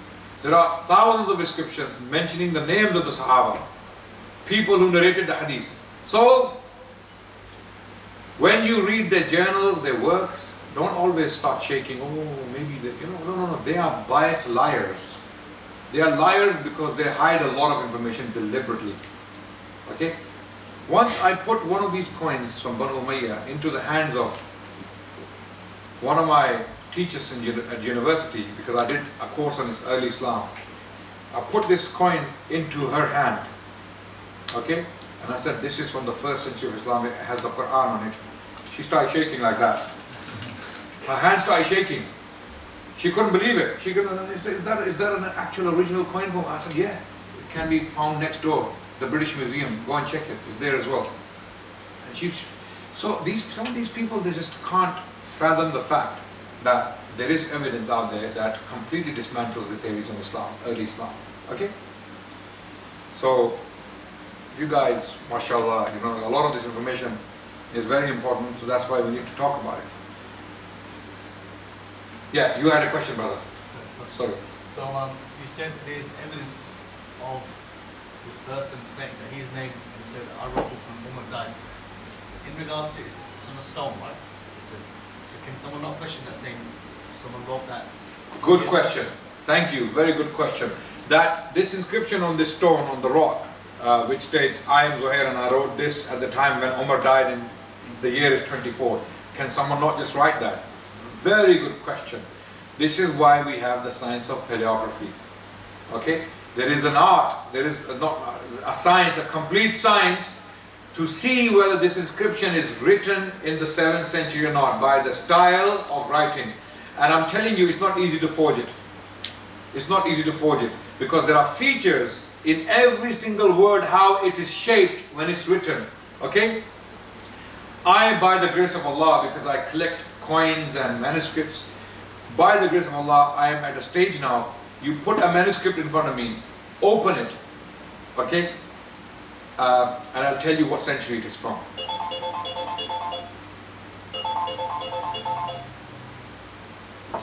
For example, this is a manuscript of the Quran. This is a manuscript of the Quran. I can tell you what century it was written from experience. From experience. You will not be able to tell this. You will need another 10 years to get to that level. Maybe an intense study for 2 years to get to that level where you look at the manuscript and it's from that century. Khalas. Okay? This is a 400 years old handwritten Quran. Okay? 400 years old. At least 300 to 400 years old. Okay? At least 300 years old. Copy from the Mughal period in India. It is handwritten. It is completely handwritten. Okay? And there are other examples I have here as well. This one as well. Okay? Right? It's from the Mughal period. Right? So because I'm talking about the preservation of the Quran today, you can actually acquire some of these if you want to. You can. Today you might have the opportunity to own some of these, inshallah. We'll talk about this later, inshallah. Okay? So paleography is the science that determines how you date text. There are two ways to date text. One is radiocarbon dating, which gives you an estimated date, right? How they do the radiocarbon dating? They take a piece of the page, they put it in the system, and then they get to know the estimated date. And the other way is paleography, by looking at the text and then knowing when this particular text was written, because they have a comparative way of doing it. They know when other texts were written similar. So these texts written on the rocks are absolutely original. Paleographically, no one has actually questioned them. Okay, actually, a lot of them have been shaken by these texts. A lot, because this came recently, by the way. It was a neglected field altogether. It has resolved so many questions on hadith. Some of the ulama, they differed on the names of the narrators. And some of those differences have been solved by these inscriptions. Because the name is written there in the inscription, and now they know which name was actually used by this person. Okay? Yes. I know it's going to sound silly, but would you say this is the forensics of working out writing and where it comes from? Yes, 100%. This is the forensic side of confirming early Islamic sources and their veracity. Absolutely. And it is absolutely crucial for us to get to that level. Okay? Gone are the days now, subhanAllah, fine, you are Muslims, mashallah, you're very dedicated, you wear, mashallah, nice Muslim clothes, and you wear hats, and you wear the beards, and you come to the masjid, you pray, mashallah, pray, fast, hajj. How are you going to defend your deen if you're not going to study it? Go and take up degrees, go to universities, study your history. Don't think, I'm not going to study from these kuffar. No, they have a lot to teach. There is a lot of good stuff you can learn. I mean, a lot of this stuff I'm doing is because what I have learned in these Western universities. You can get a lot of good skills. I'm not asking you to study theology there. No, study theology with your traditional teachers. But there are tools and there is knowledge you can acquire that can help you explain or contextualize a lot of this information I gave you today. Is it in Bukhari? Is it in Islamic histories? No, it is from my study otherwise, right? Okay, so you have to, get out of your comfort zone. Okay, you have to come out of your cocoons and go and study in universities, get qualifications on Islamic history. For example, we want 10 brothers to go and study the history of the Quran.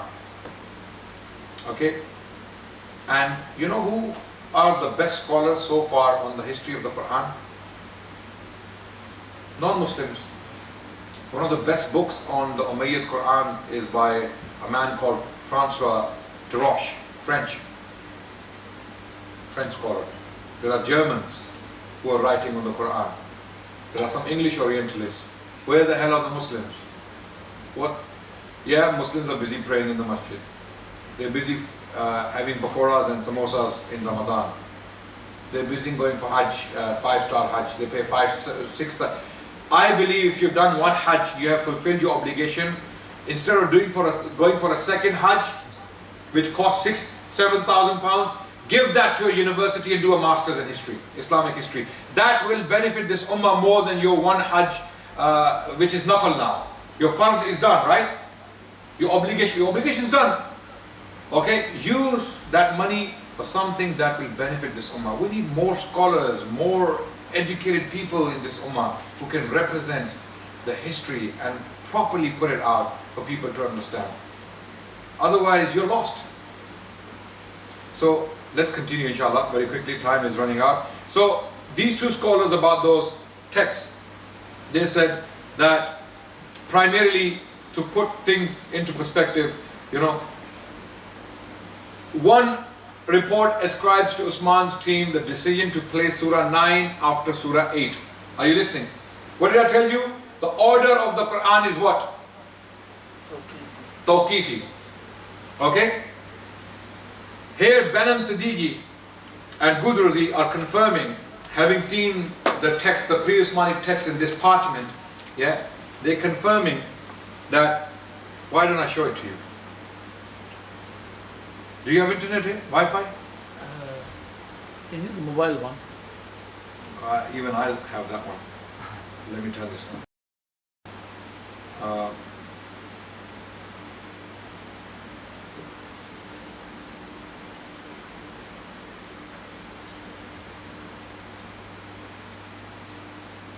Can you see it on the screen? Brothers? This is what we are looking at on internet. Did you tether it? So it's going to connect.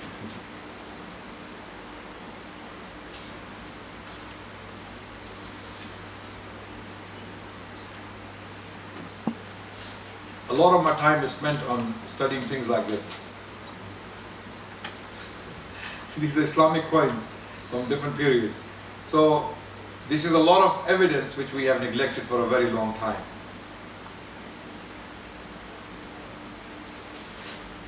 Is it connected? No? It was connected before. No, wait, I have this. It should be connected by now. Where is the internet?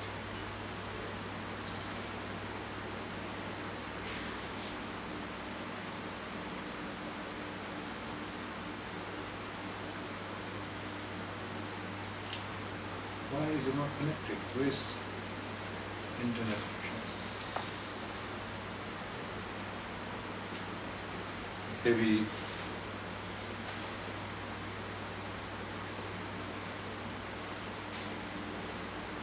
now it's connected.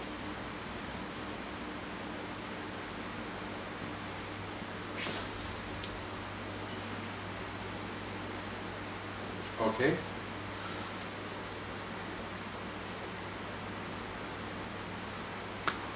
Okay.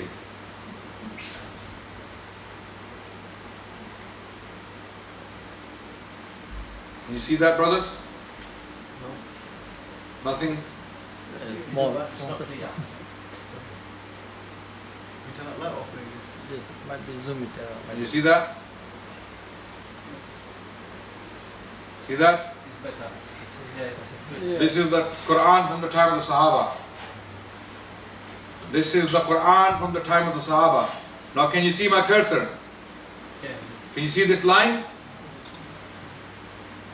Can you see something in the shadowy text underneath this? Can you see this? I'm not talking about the black text. I'm talking about the shadowy text. This is pre-Usmanic text. This was washed away, and on top, this is the Usmanic recension, what you read on top. And if we were to read it, we can read it. Is there a Hafiz here of the Quran? Someone who has memorized the Quran? MashaAllah, two of them there. Yes? You memorized the Quran? Come please. Okay. Now we're going to read this Quran from the 1st century, from the time of the Sahaba, and the Hafiz will read without looking. And I will show you that same Quran on the screen. Okay? So, بِأَمْوَالِهِمْ إِبْتَغَى. You know, do you know from the middle? You wouldn't know? Okay, I think this is Surah Baqarah. مِنْ أَنفُسِهِمْ كَمِثْلِ حَبَّةٍ. You know these verses? Yeah. No. Yeah, start there and read slowly, and I will ask the brothers to follow me. Okay, stand on the side, let the brothers see the screen. Yeah, كَمِثْلِ حَبَّةٍ birabwatin. Brothers, look. Birabwatin وصابها asabaha وابل wa bilun fa'atat وجدت أكلها aklaha. ضعفين. You're not looking at the screen, yeah? He can't, mashallah, this brother is a hafiz of the Quran, may Allah bless him, mashallah, may Allah subhanahu wa ta'ala preserve you. But I can guarantee you cannot read it. Because this is early Hijazi script. You can't read it. I challenge you, none of you can read it. This is Arabic, by the way. This is the earliest form of Arabic. It's from the time of the Sahaba. Okay? He is reading from memory. He doesn't know what's there. I am following it with the cursor.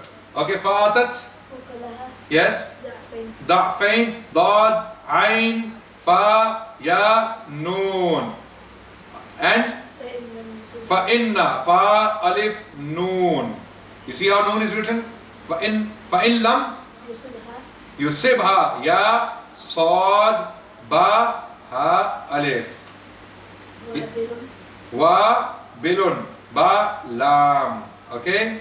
فطر فطل. Can you read فطل? فا طا لام. Yes, brothers? والله والله بما تعملون بما با ميم ألف تا ملون عين ميم لام واو نون بصير. الله أكبر. Takbir. And I can guarantee you all of this he will read from memory, and this is the Quran from the time of Uthman radiallahu anhu. This very parchment you're looking on the screen there is from the time of Uthman radiallahu anhu. It is from that time. Radiocarbon dating has proved it. They have done radiocarbon dating. They're saying it's from the first half of the first century of Islam. And how I know this is from the time of Uthman? Because of the shadowy text underneath, which was washed away. On top, the standardized text was written in this spelling. And this is exactly, so the Hafiz, our beloved Hafiz, read the Quran and you followed it on the screen. And if he kept going, we would read the entire page. So, it is exactly how you read it today is exactly what was penned down by them, and the entire Quran is like that. Okay?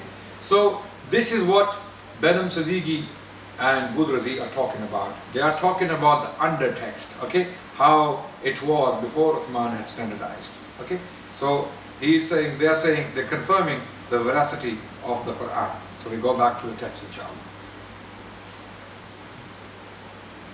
So one report ascribes to Uthman's team the decision to place Surah 9 after Surah 8 and to do so without inserting between them the Basmallah. In the name of God, the Compassionate, the Merciful. A formula found at the beginning of all the other surahs. The evidence of Surah 1 adds a nuance to this claim. The transition point between Surah 8 and 9 happens to be part of the surviving fragments of the lower codex. It lacks the Basmallah. In other words, Uthman, when he made his standardization, did not add the Bismillah. He left the order exactly as it was before he standardized the text. And you know, Allahu Akbar, we have a report now in one of the collections of the Sunans, I don't know which one, that Abdullah bin Zubayr or Abdullah bin Abbas, one of these two came to Uthman and they said, or he said, one of these two, definitely one of these two. He said, why do you not add Bismillah between Surah Al-Tawbah and Surah Al-Anfal? Uthman's response was, I will not add a dot into the matan of the Quran where the Prophet ﷺ did not leave an instruction. Siddiqui and Gudrazi, who are academics, studied the Quran, okay, they found in the undertext that there was no Bismillah between Surah Al-Tawbah and Surah Al-Anfal, and Uthman left it exactly the same as it was in Surah, in the standardized text, pre-Uthmanic text. And it lacks Bismillah like the Uthmanic text. In putting Surah 9 right after Surah 8, the manuscript agrees with the codices of Uthman and Ubay bin Ka'b, but not that of Ibn Masud, which places Surah 8 at many removes after Surah 9. It is unlikely then that the decision of Uthman's team was an innovation. Okay, so he's saying that Abdullah bin Masud's Mus'haf was slightly different in order. Abdullah bin Masud, who was in Iraq, and he was one of the people who kind of disagreed not disagreed, he had a grievance. All the Sahaba, every single Sahabi was with Uthman when he took this action. After Hudayfa bin Yaman came to him from Azerbaijan and he said, this is what I saw between the Syrians and the Iraqis, new Muslims, they are arguing. So Uthman said, okay, now this is the response, we will standardize. All the Sahaba, they agreed with him, except one. Who was that? Abdullah bin Masud in Iraq. Why? Why did he? He said, I memorized the Quran directly from the Prophet, 70 chapters of it, directly. When Zayd bin Thabit was a little boy, or wasn't even born, something like that, he said, you didn't consult me. You did not consult me. So his grievance was that I am one of the senior Qur'an from the Prophet ﷺ. I should have been consulted. Then it was explained to him that the situation was urgent. We had to do it urgently. Plus we had enough authorities in Medina to do the task. So Abdullah bin Masud later on had no grievances. In fact, what he transmitted from his students is exactly, because we have transmissions of the Quran from his students, as we will see in due course very quickly inshallah. And the text, he had no issues with the compilation and the standardization. His issue was, why was I not consulted? Okay, so later on he accepted the copy of Uthman and he taught from that very copy to his students, and his qira, his reading of the Quran comes to us directly via an uninterrupted chain from one of the 10 qira'as. Okay, so now, what are the scholarly opinions? Scholarly opinions, when I say some of the Orientalists, non-Muslims, what do they have to say? One of them is a book called Introduction to the Quran, written by Bell and Watt, Montgomery Watt and Richard Bell, two scholars from Edinburgh University. They wrote this book, Introduction to the Quran. They wrote, this establishment of the text of the Quran under Uthman may be dated somewhere between 650 and his death in 656. It is the cardinal point in what may be called the formation of the canon of the Quran. Whatever may have been the form of the Quran previously, it is certain that the book still in our hands is essentially the Uthmanic Quran. Okay? Uthman's commission decided what was to be included and what excluded. It fixed the number and orders of the surahs and the outline of the consonantal text, even the spellings, in the structure of the words. That is its shape when the dots distinguishing letters are omitted. If we remember that to preserve every smallest fragment of genuine revelation was an ineluctable requirement, the commission under Zayd must be adjudged to have achieved a wonderful piece of work. So they're saying what Zayd bin Thabit, commanded by Uthman, did was a wonderful piece of work, and the Quran we have today is definitely that Uthmanic recension. Richard Bell and Montgomery Watt, both of whom are Orientalists or were Orientalists, they confirmed that the Quran we have in our hands is exactly what Uthman had standardized. Thus, on the whole, the information which has reached us about the pre-Uthmani codices suggests that there was no great variation in the actual Quran in the period immediately after the Prophet's death. The order of the surahs was apparently not fixed, and there were many slight variations in reading, but of other differences there is no evidence. Subhanallah. Okay, confirmed by non-Muslim Orientalists in their book Introduction to the Quran. On general grounds, then, it may be concluded that the Uthmanic revision was honestly carried out and reproduced as closely as was possible to the men in charge of it what Muhammad had delivered, sallallahu alaihi wasallam. Okay? They continue, modern study of the Quran has not in fact raised any serious questions of its authenticity. The style varies but is almost unmistakable. So clearly does the whole bear the stamp of uniformity that doubts of its genuineness hardly arise. The authenticity of a few verses has indeed been questioned, but they're saying generally the text of the Quran is as authentic as it was delivered by the Prophet himself. Confirmed by Richard Bell and Montgomery Watt. Okay, Muslims of course will always say the Quran is authentic as it was delivered. You see, the point here is, why am I quoting them in a masjid? Why? I'm quoting them because they are not Muslims and they're not paid by Muslims to say what they say, right? They are Orientalists and they are seeing the evidence and they're saying this is what we see, right? Muslims will always say, yes, the Quran is the Kalam of Allah, it came from the heavens and it landed in the masjid. Yes? This is the attitude of the Muslims. Muslims don't question, alhamdulillah, which is good. We shouldn't. But even when we go to the non-Muslims who have tried to find things, yeah, they couldn't. They're saying it was honestly carried out, the recension of Uthman was a very good job, and what the Muslims are reading today actually came from Muhammad. Who is saying this? Montgomery Watt and Richard Bell.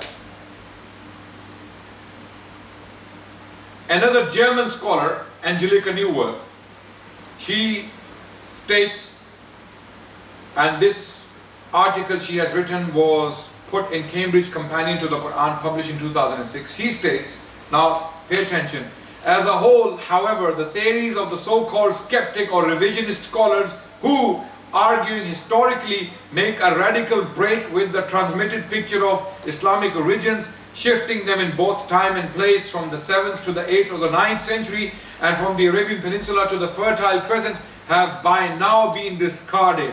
Though many of their critical observations remain challenging and still call for investigation, new findings of the Quranic text fragments, moreover, can be adduced to affirm rather than call into question the traditional picture of the Quran as an early fixed text composed of the surahs we have. She is saying that the more we find the evidence of the Quran in the coming days, the more it is confirmed that the Islamic tradition is accurate, authentic in describing the compilation of the Quran. Is that clear, brothers? Yes? So now we're going to discuss the qira'at. Okay?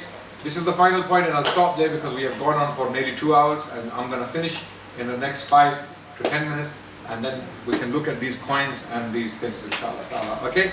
So that you can have a feel of the reason why I put them in a capsule, because I have had this experience. MashaAllah, Muslims are so ill-informed on antiquities and antique things. What they do is, I've seen some brothers taking the coin and they're trying to twist it. They're trying to see if it breaks or not, subhanAllah. And it's a 13th century old coin. This is why I have found a way to protect myself from loss, right? So I have put them in capsules so people can actually have a proper look, and even if they try to twist it, they're going to be twisting the capsule, not the coin. And sometimes when you give them the manuscript, why do I put it in plastic sheets? Why? Tell me why. Brothers, you tell me. Huh? No. What? Marks or No, they do this. really? You know, this is the dilemma we're facing. They will check whether it's actually handwritten, and how do they check? They will put spit on it to see if the ink spreads or not. This is the dilemma we're facing. So we need to educate our people. Wallahi, we need to educate our people how to handle your history, how to protect it and how to preserve it. So what you see on the screen is now the qira'at, how the Quran was orally transmitted. We have seen the copies, how they were transmitted, how they were penned down. Is everything clear so far? Have you understood the bigger picture of how the Quran was revealed, written down, copied, forwarded, standardized, and that standard copies of what Uthman standardized, 7 copies are sent to different Islamic centers, right? Basra, Yemen, Egypt, Kufa, okay, Medina and Makkah, okay? And what we find today in the top copy museum, there's a big manuscript of the Quran. It's a copy of the Uthmanic Quran, and there is one in Egypt in the Husseini Mosque, which is entirely complete except the first 2 or 3 pages. Surah Al-Fatiha and maybe the beginning of Surah Baqarah is missing, but the entire Quran is complete. It's there from the 1st century in Husseini Mosque in Egypt. It's a giant copy. It's like this big, maybe bigger than that.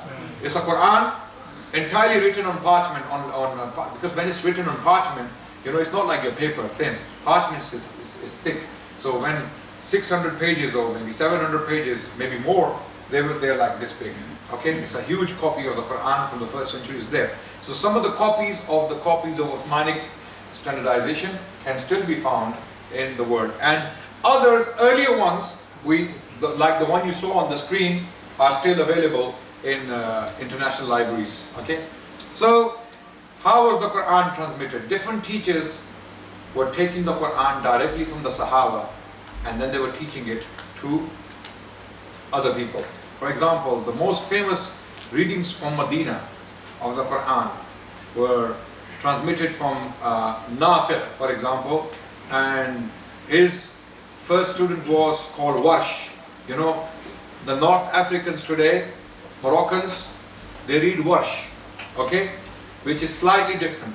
It's like only in 8 places between Hafs and Warsh there is slight difference in pronunciation. For example, in Hafs we read Maliki Yawmiddin. Yes? In Warsh, how do you read it? Maliki Yawmiddin. So these are the kind of differences which the reading. And then the second Rawi from Nafi'. Rawi is the transmitter of the Quran directly taking from his teacher. Okay? Was Qalun. Qalun is read in Libya, mainly Libya. Okay? Then Makkah, the reader from Makkah was Ibn Kathir, and his Rawi, the first Rawi was Al-Bazzi, and then Kumbul. Okay? Damascus, Ibn Amir, the man who transmitted from him was Hisham, and then Ibn Dhakwan. Then Basra, it was Abu Amr, and his reading was Ad-Duri. It is one of the surviving readings of the Quran today, Ad-Duri. Okay? And then As-Susi was another transmitter. From Kufa we had Asim, Hafs and Shu'bah. By the way, the reading we today read is what in the masjid? It is Hafs. It is Hafs. It's a style of reading. Okay? It is Hafs, and where did it come from? Who did it come from? It comes from Asim, and it eventually comes from Abdullah bin Masud. It is the reading of Abdullah bin Masud, by the way. Okay? Hafs is the reading of Abdullah bin Masud, transmitted from him because Kufa was where Abdullah bin Masud was teaching. Okay, then Hamza, then Khalaf and Khalad. Kufa, again from Kufa. Then Al-Kisai. Al-Kisai is, you know, there is a reading of the Quran. Imagine if I was today, this is an example now. Today, if I stood up and I read the Quran as follows. Alhamdulillahi Rabbil Alameen, Ar-Rahman Ar-Rahim, Maliki Yawmiddin, Iyaka na'budu wa iyaka nasta'in, Ihdina as-sirata al-mustaqim, صراط الذين أنعمت عليهم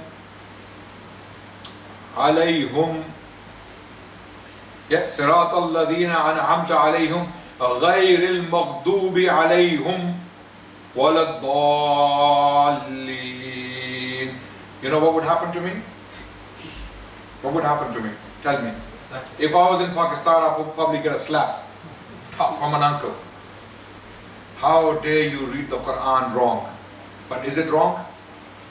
If I'm not mistaken, it is Kisai. And what are you reading? You're reading the same text written exactly the same way. One reading pronounces it as alayhim. The other reading pronounces it alayhum. Okay?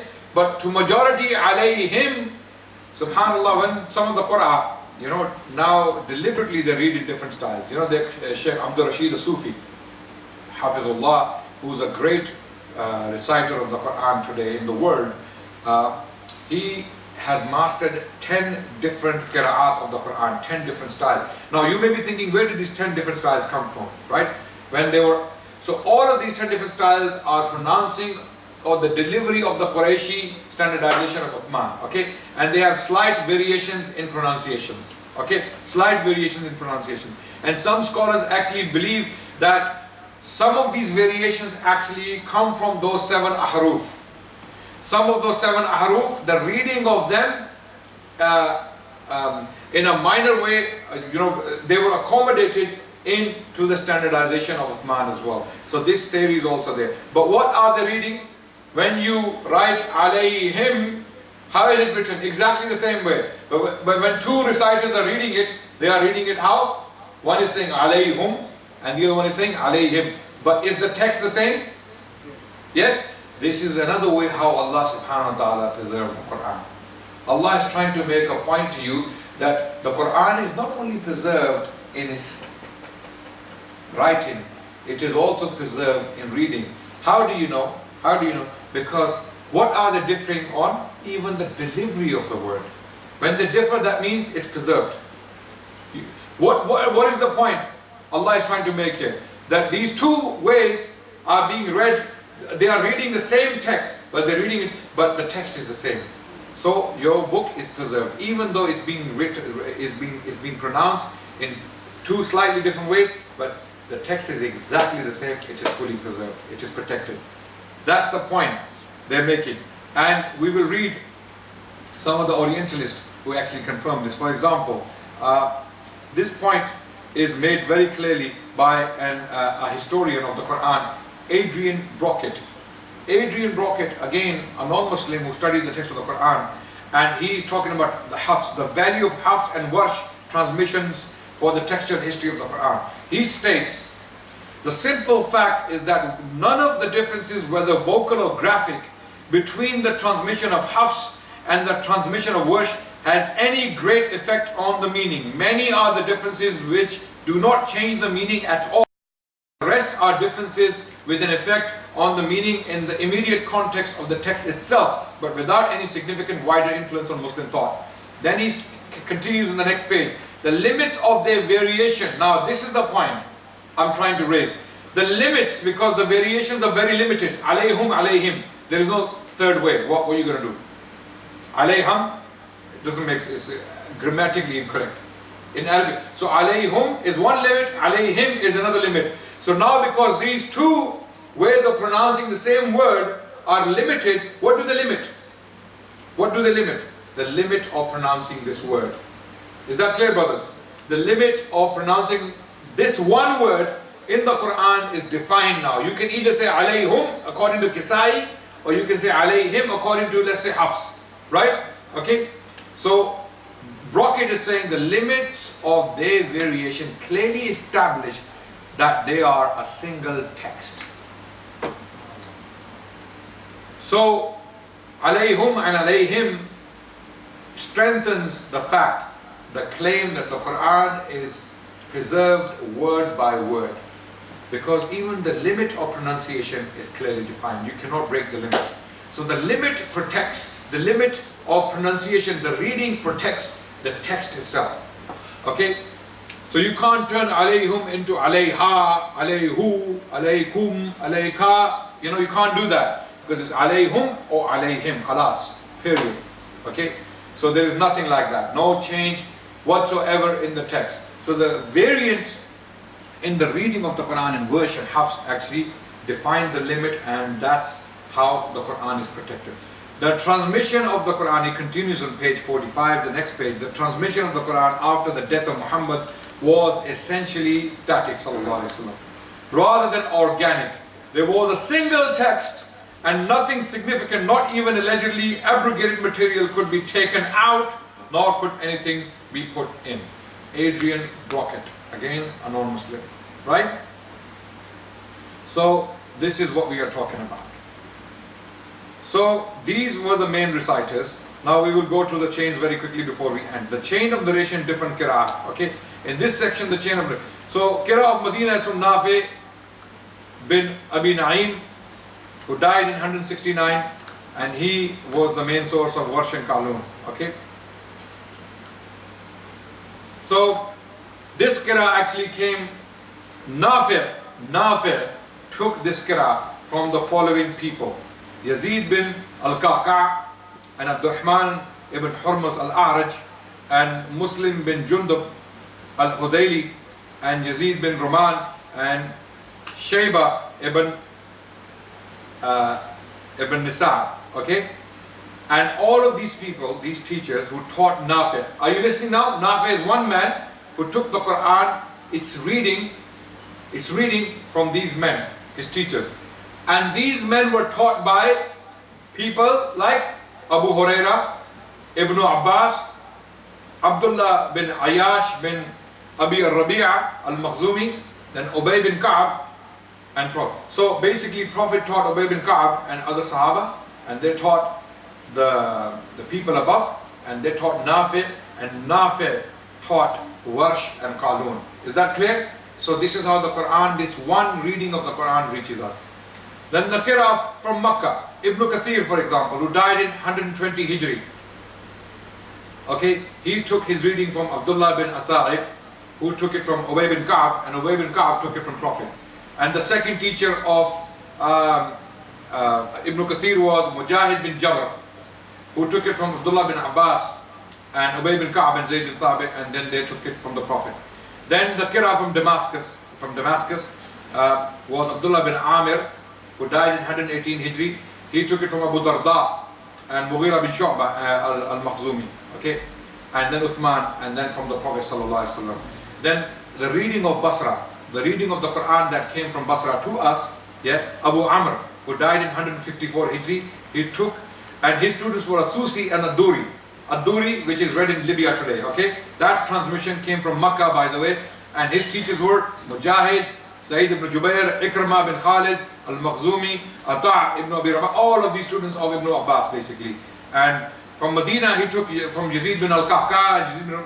So the point I'm making is all of these qira'at, they were taken from the Tabi'in, and the Tabi'in had taken it from the Sahaba, the Sahaba had taken it from the Prophet ﷺ.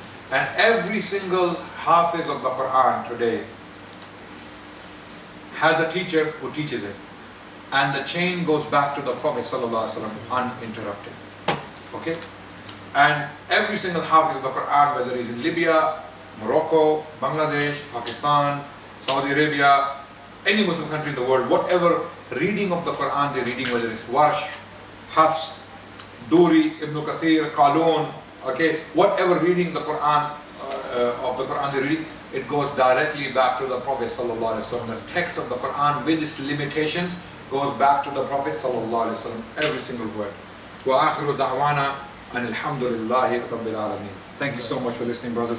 It has been very long, nearly 2.5 hours, and I hope you brothers enjoyed this tour de force through the history of the Quran. I tried to make it as extensive as possible so that you can have a clear sense of the preservation of the Quran and appreciate it, inshallah, and deliver it to those. And do not stop here. Again, those 2 books I mentioned, you have to go and read them, inshallah, if you really, really want to understand this science in depth.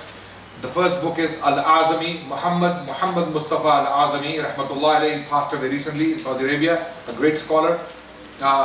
His book, The History of the Quranic Text from Revelation to Compilation, by the second edition, not the first edition, the second updated edition.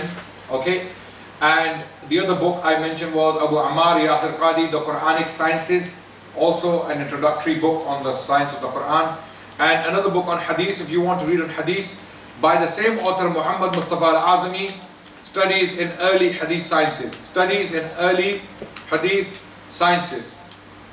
Thank you so much for listening, brothers. Now, by the way, before I finish, you can look at these coins. They are not for taking away. This one, the big one, is from the time of Muawiyah radiallahu anh, and it was minted by the governor of Sajistan. Sajistan is currently Balochistan in Pakistan. Okay, so the mint was Sajistan, and the governor was Ziyad bin Abi Sufyan. Ziyad bin Abi Sufyan, and he was the governor of Iraq in the time of Muawiyah radiallahu anhu. This coin was minted by him. This coin is minted in Wasit, Iraq. It has the Quran on it. Surah Al-Ikhlas is there, and the date is 105 Hijri. Wasit, Iraq. Okay. Those of you who want to read it, I will make you read it, inshallah, if you want me to help you. Secondly, okay, these pages of the Quran are from the Mughal period. They are 300 to 400 years old, and I am giving them away for £10 each. Okay, and this money will go directly in preserving manuscripts like that. The money you will give for these, okay, will go directly towards preserving the Quran, because I'm doing a project where I am acquiring these Quran, fragmented Quran from the Mughal period, from the past, and we get them bound, we get them fixed when they are damaged by worming, by fires, by, for example, there's water damage. So we get them fixed, bound, and preserved for maybe another 3, 4, 5 centuries, Allah Alam, when whatever Allah wills. So you have these pages. You can take, inshallah ta'ala, as a present for your families, or for your friends, or even for yourself. You can frame them and put them in your living room at home. But be guaranteed, I'll give you this much assurance that they are 300 to 400 years old, from India, Mughal period. Okay, now you can look at them. Jazakumullah khairan. Assalamu alaikum. Alaikum assalam.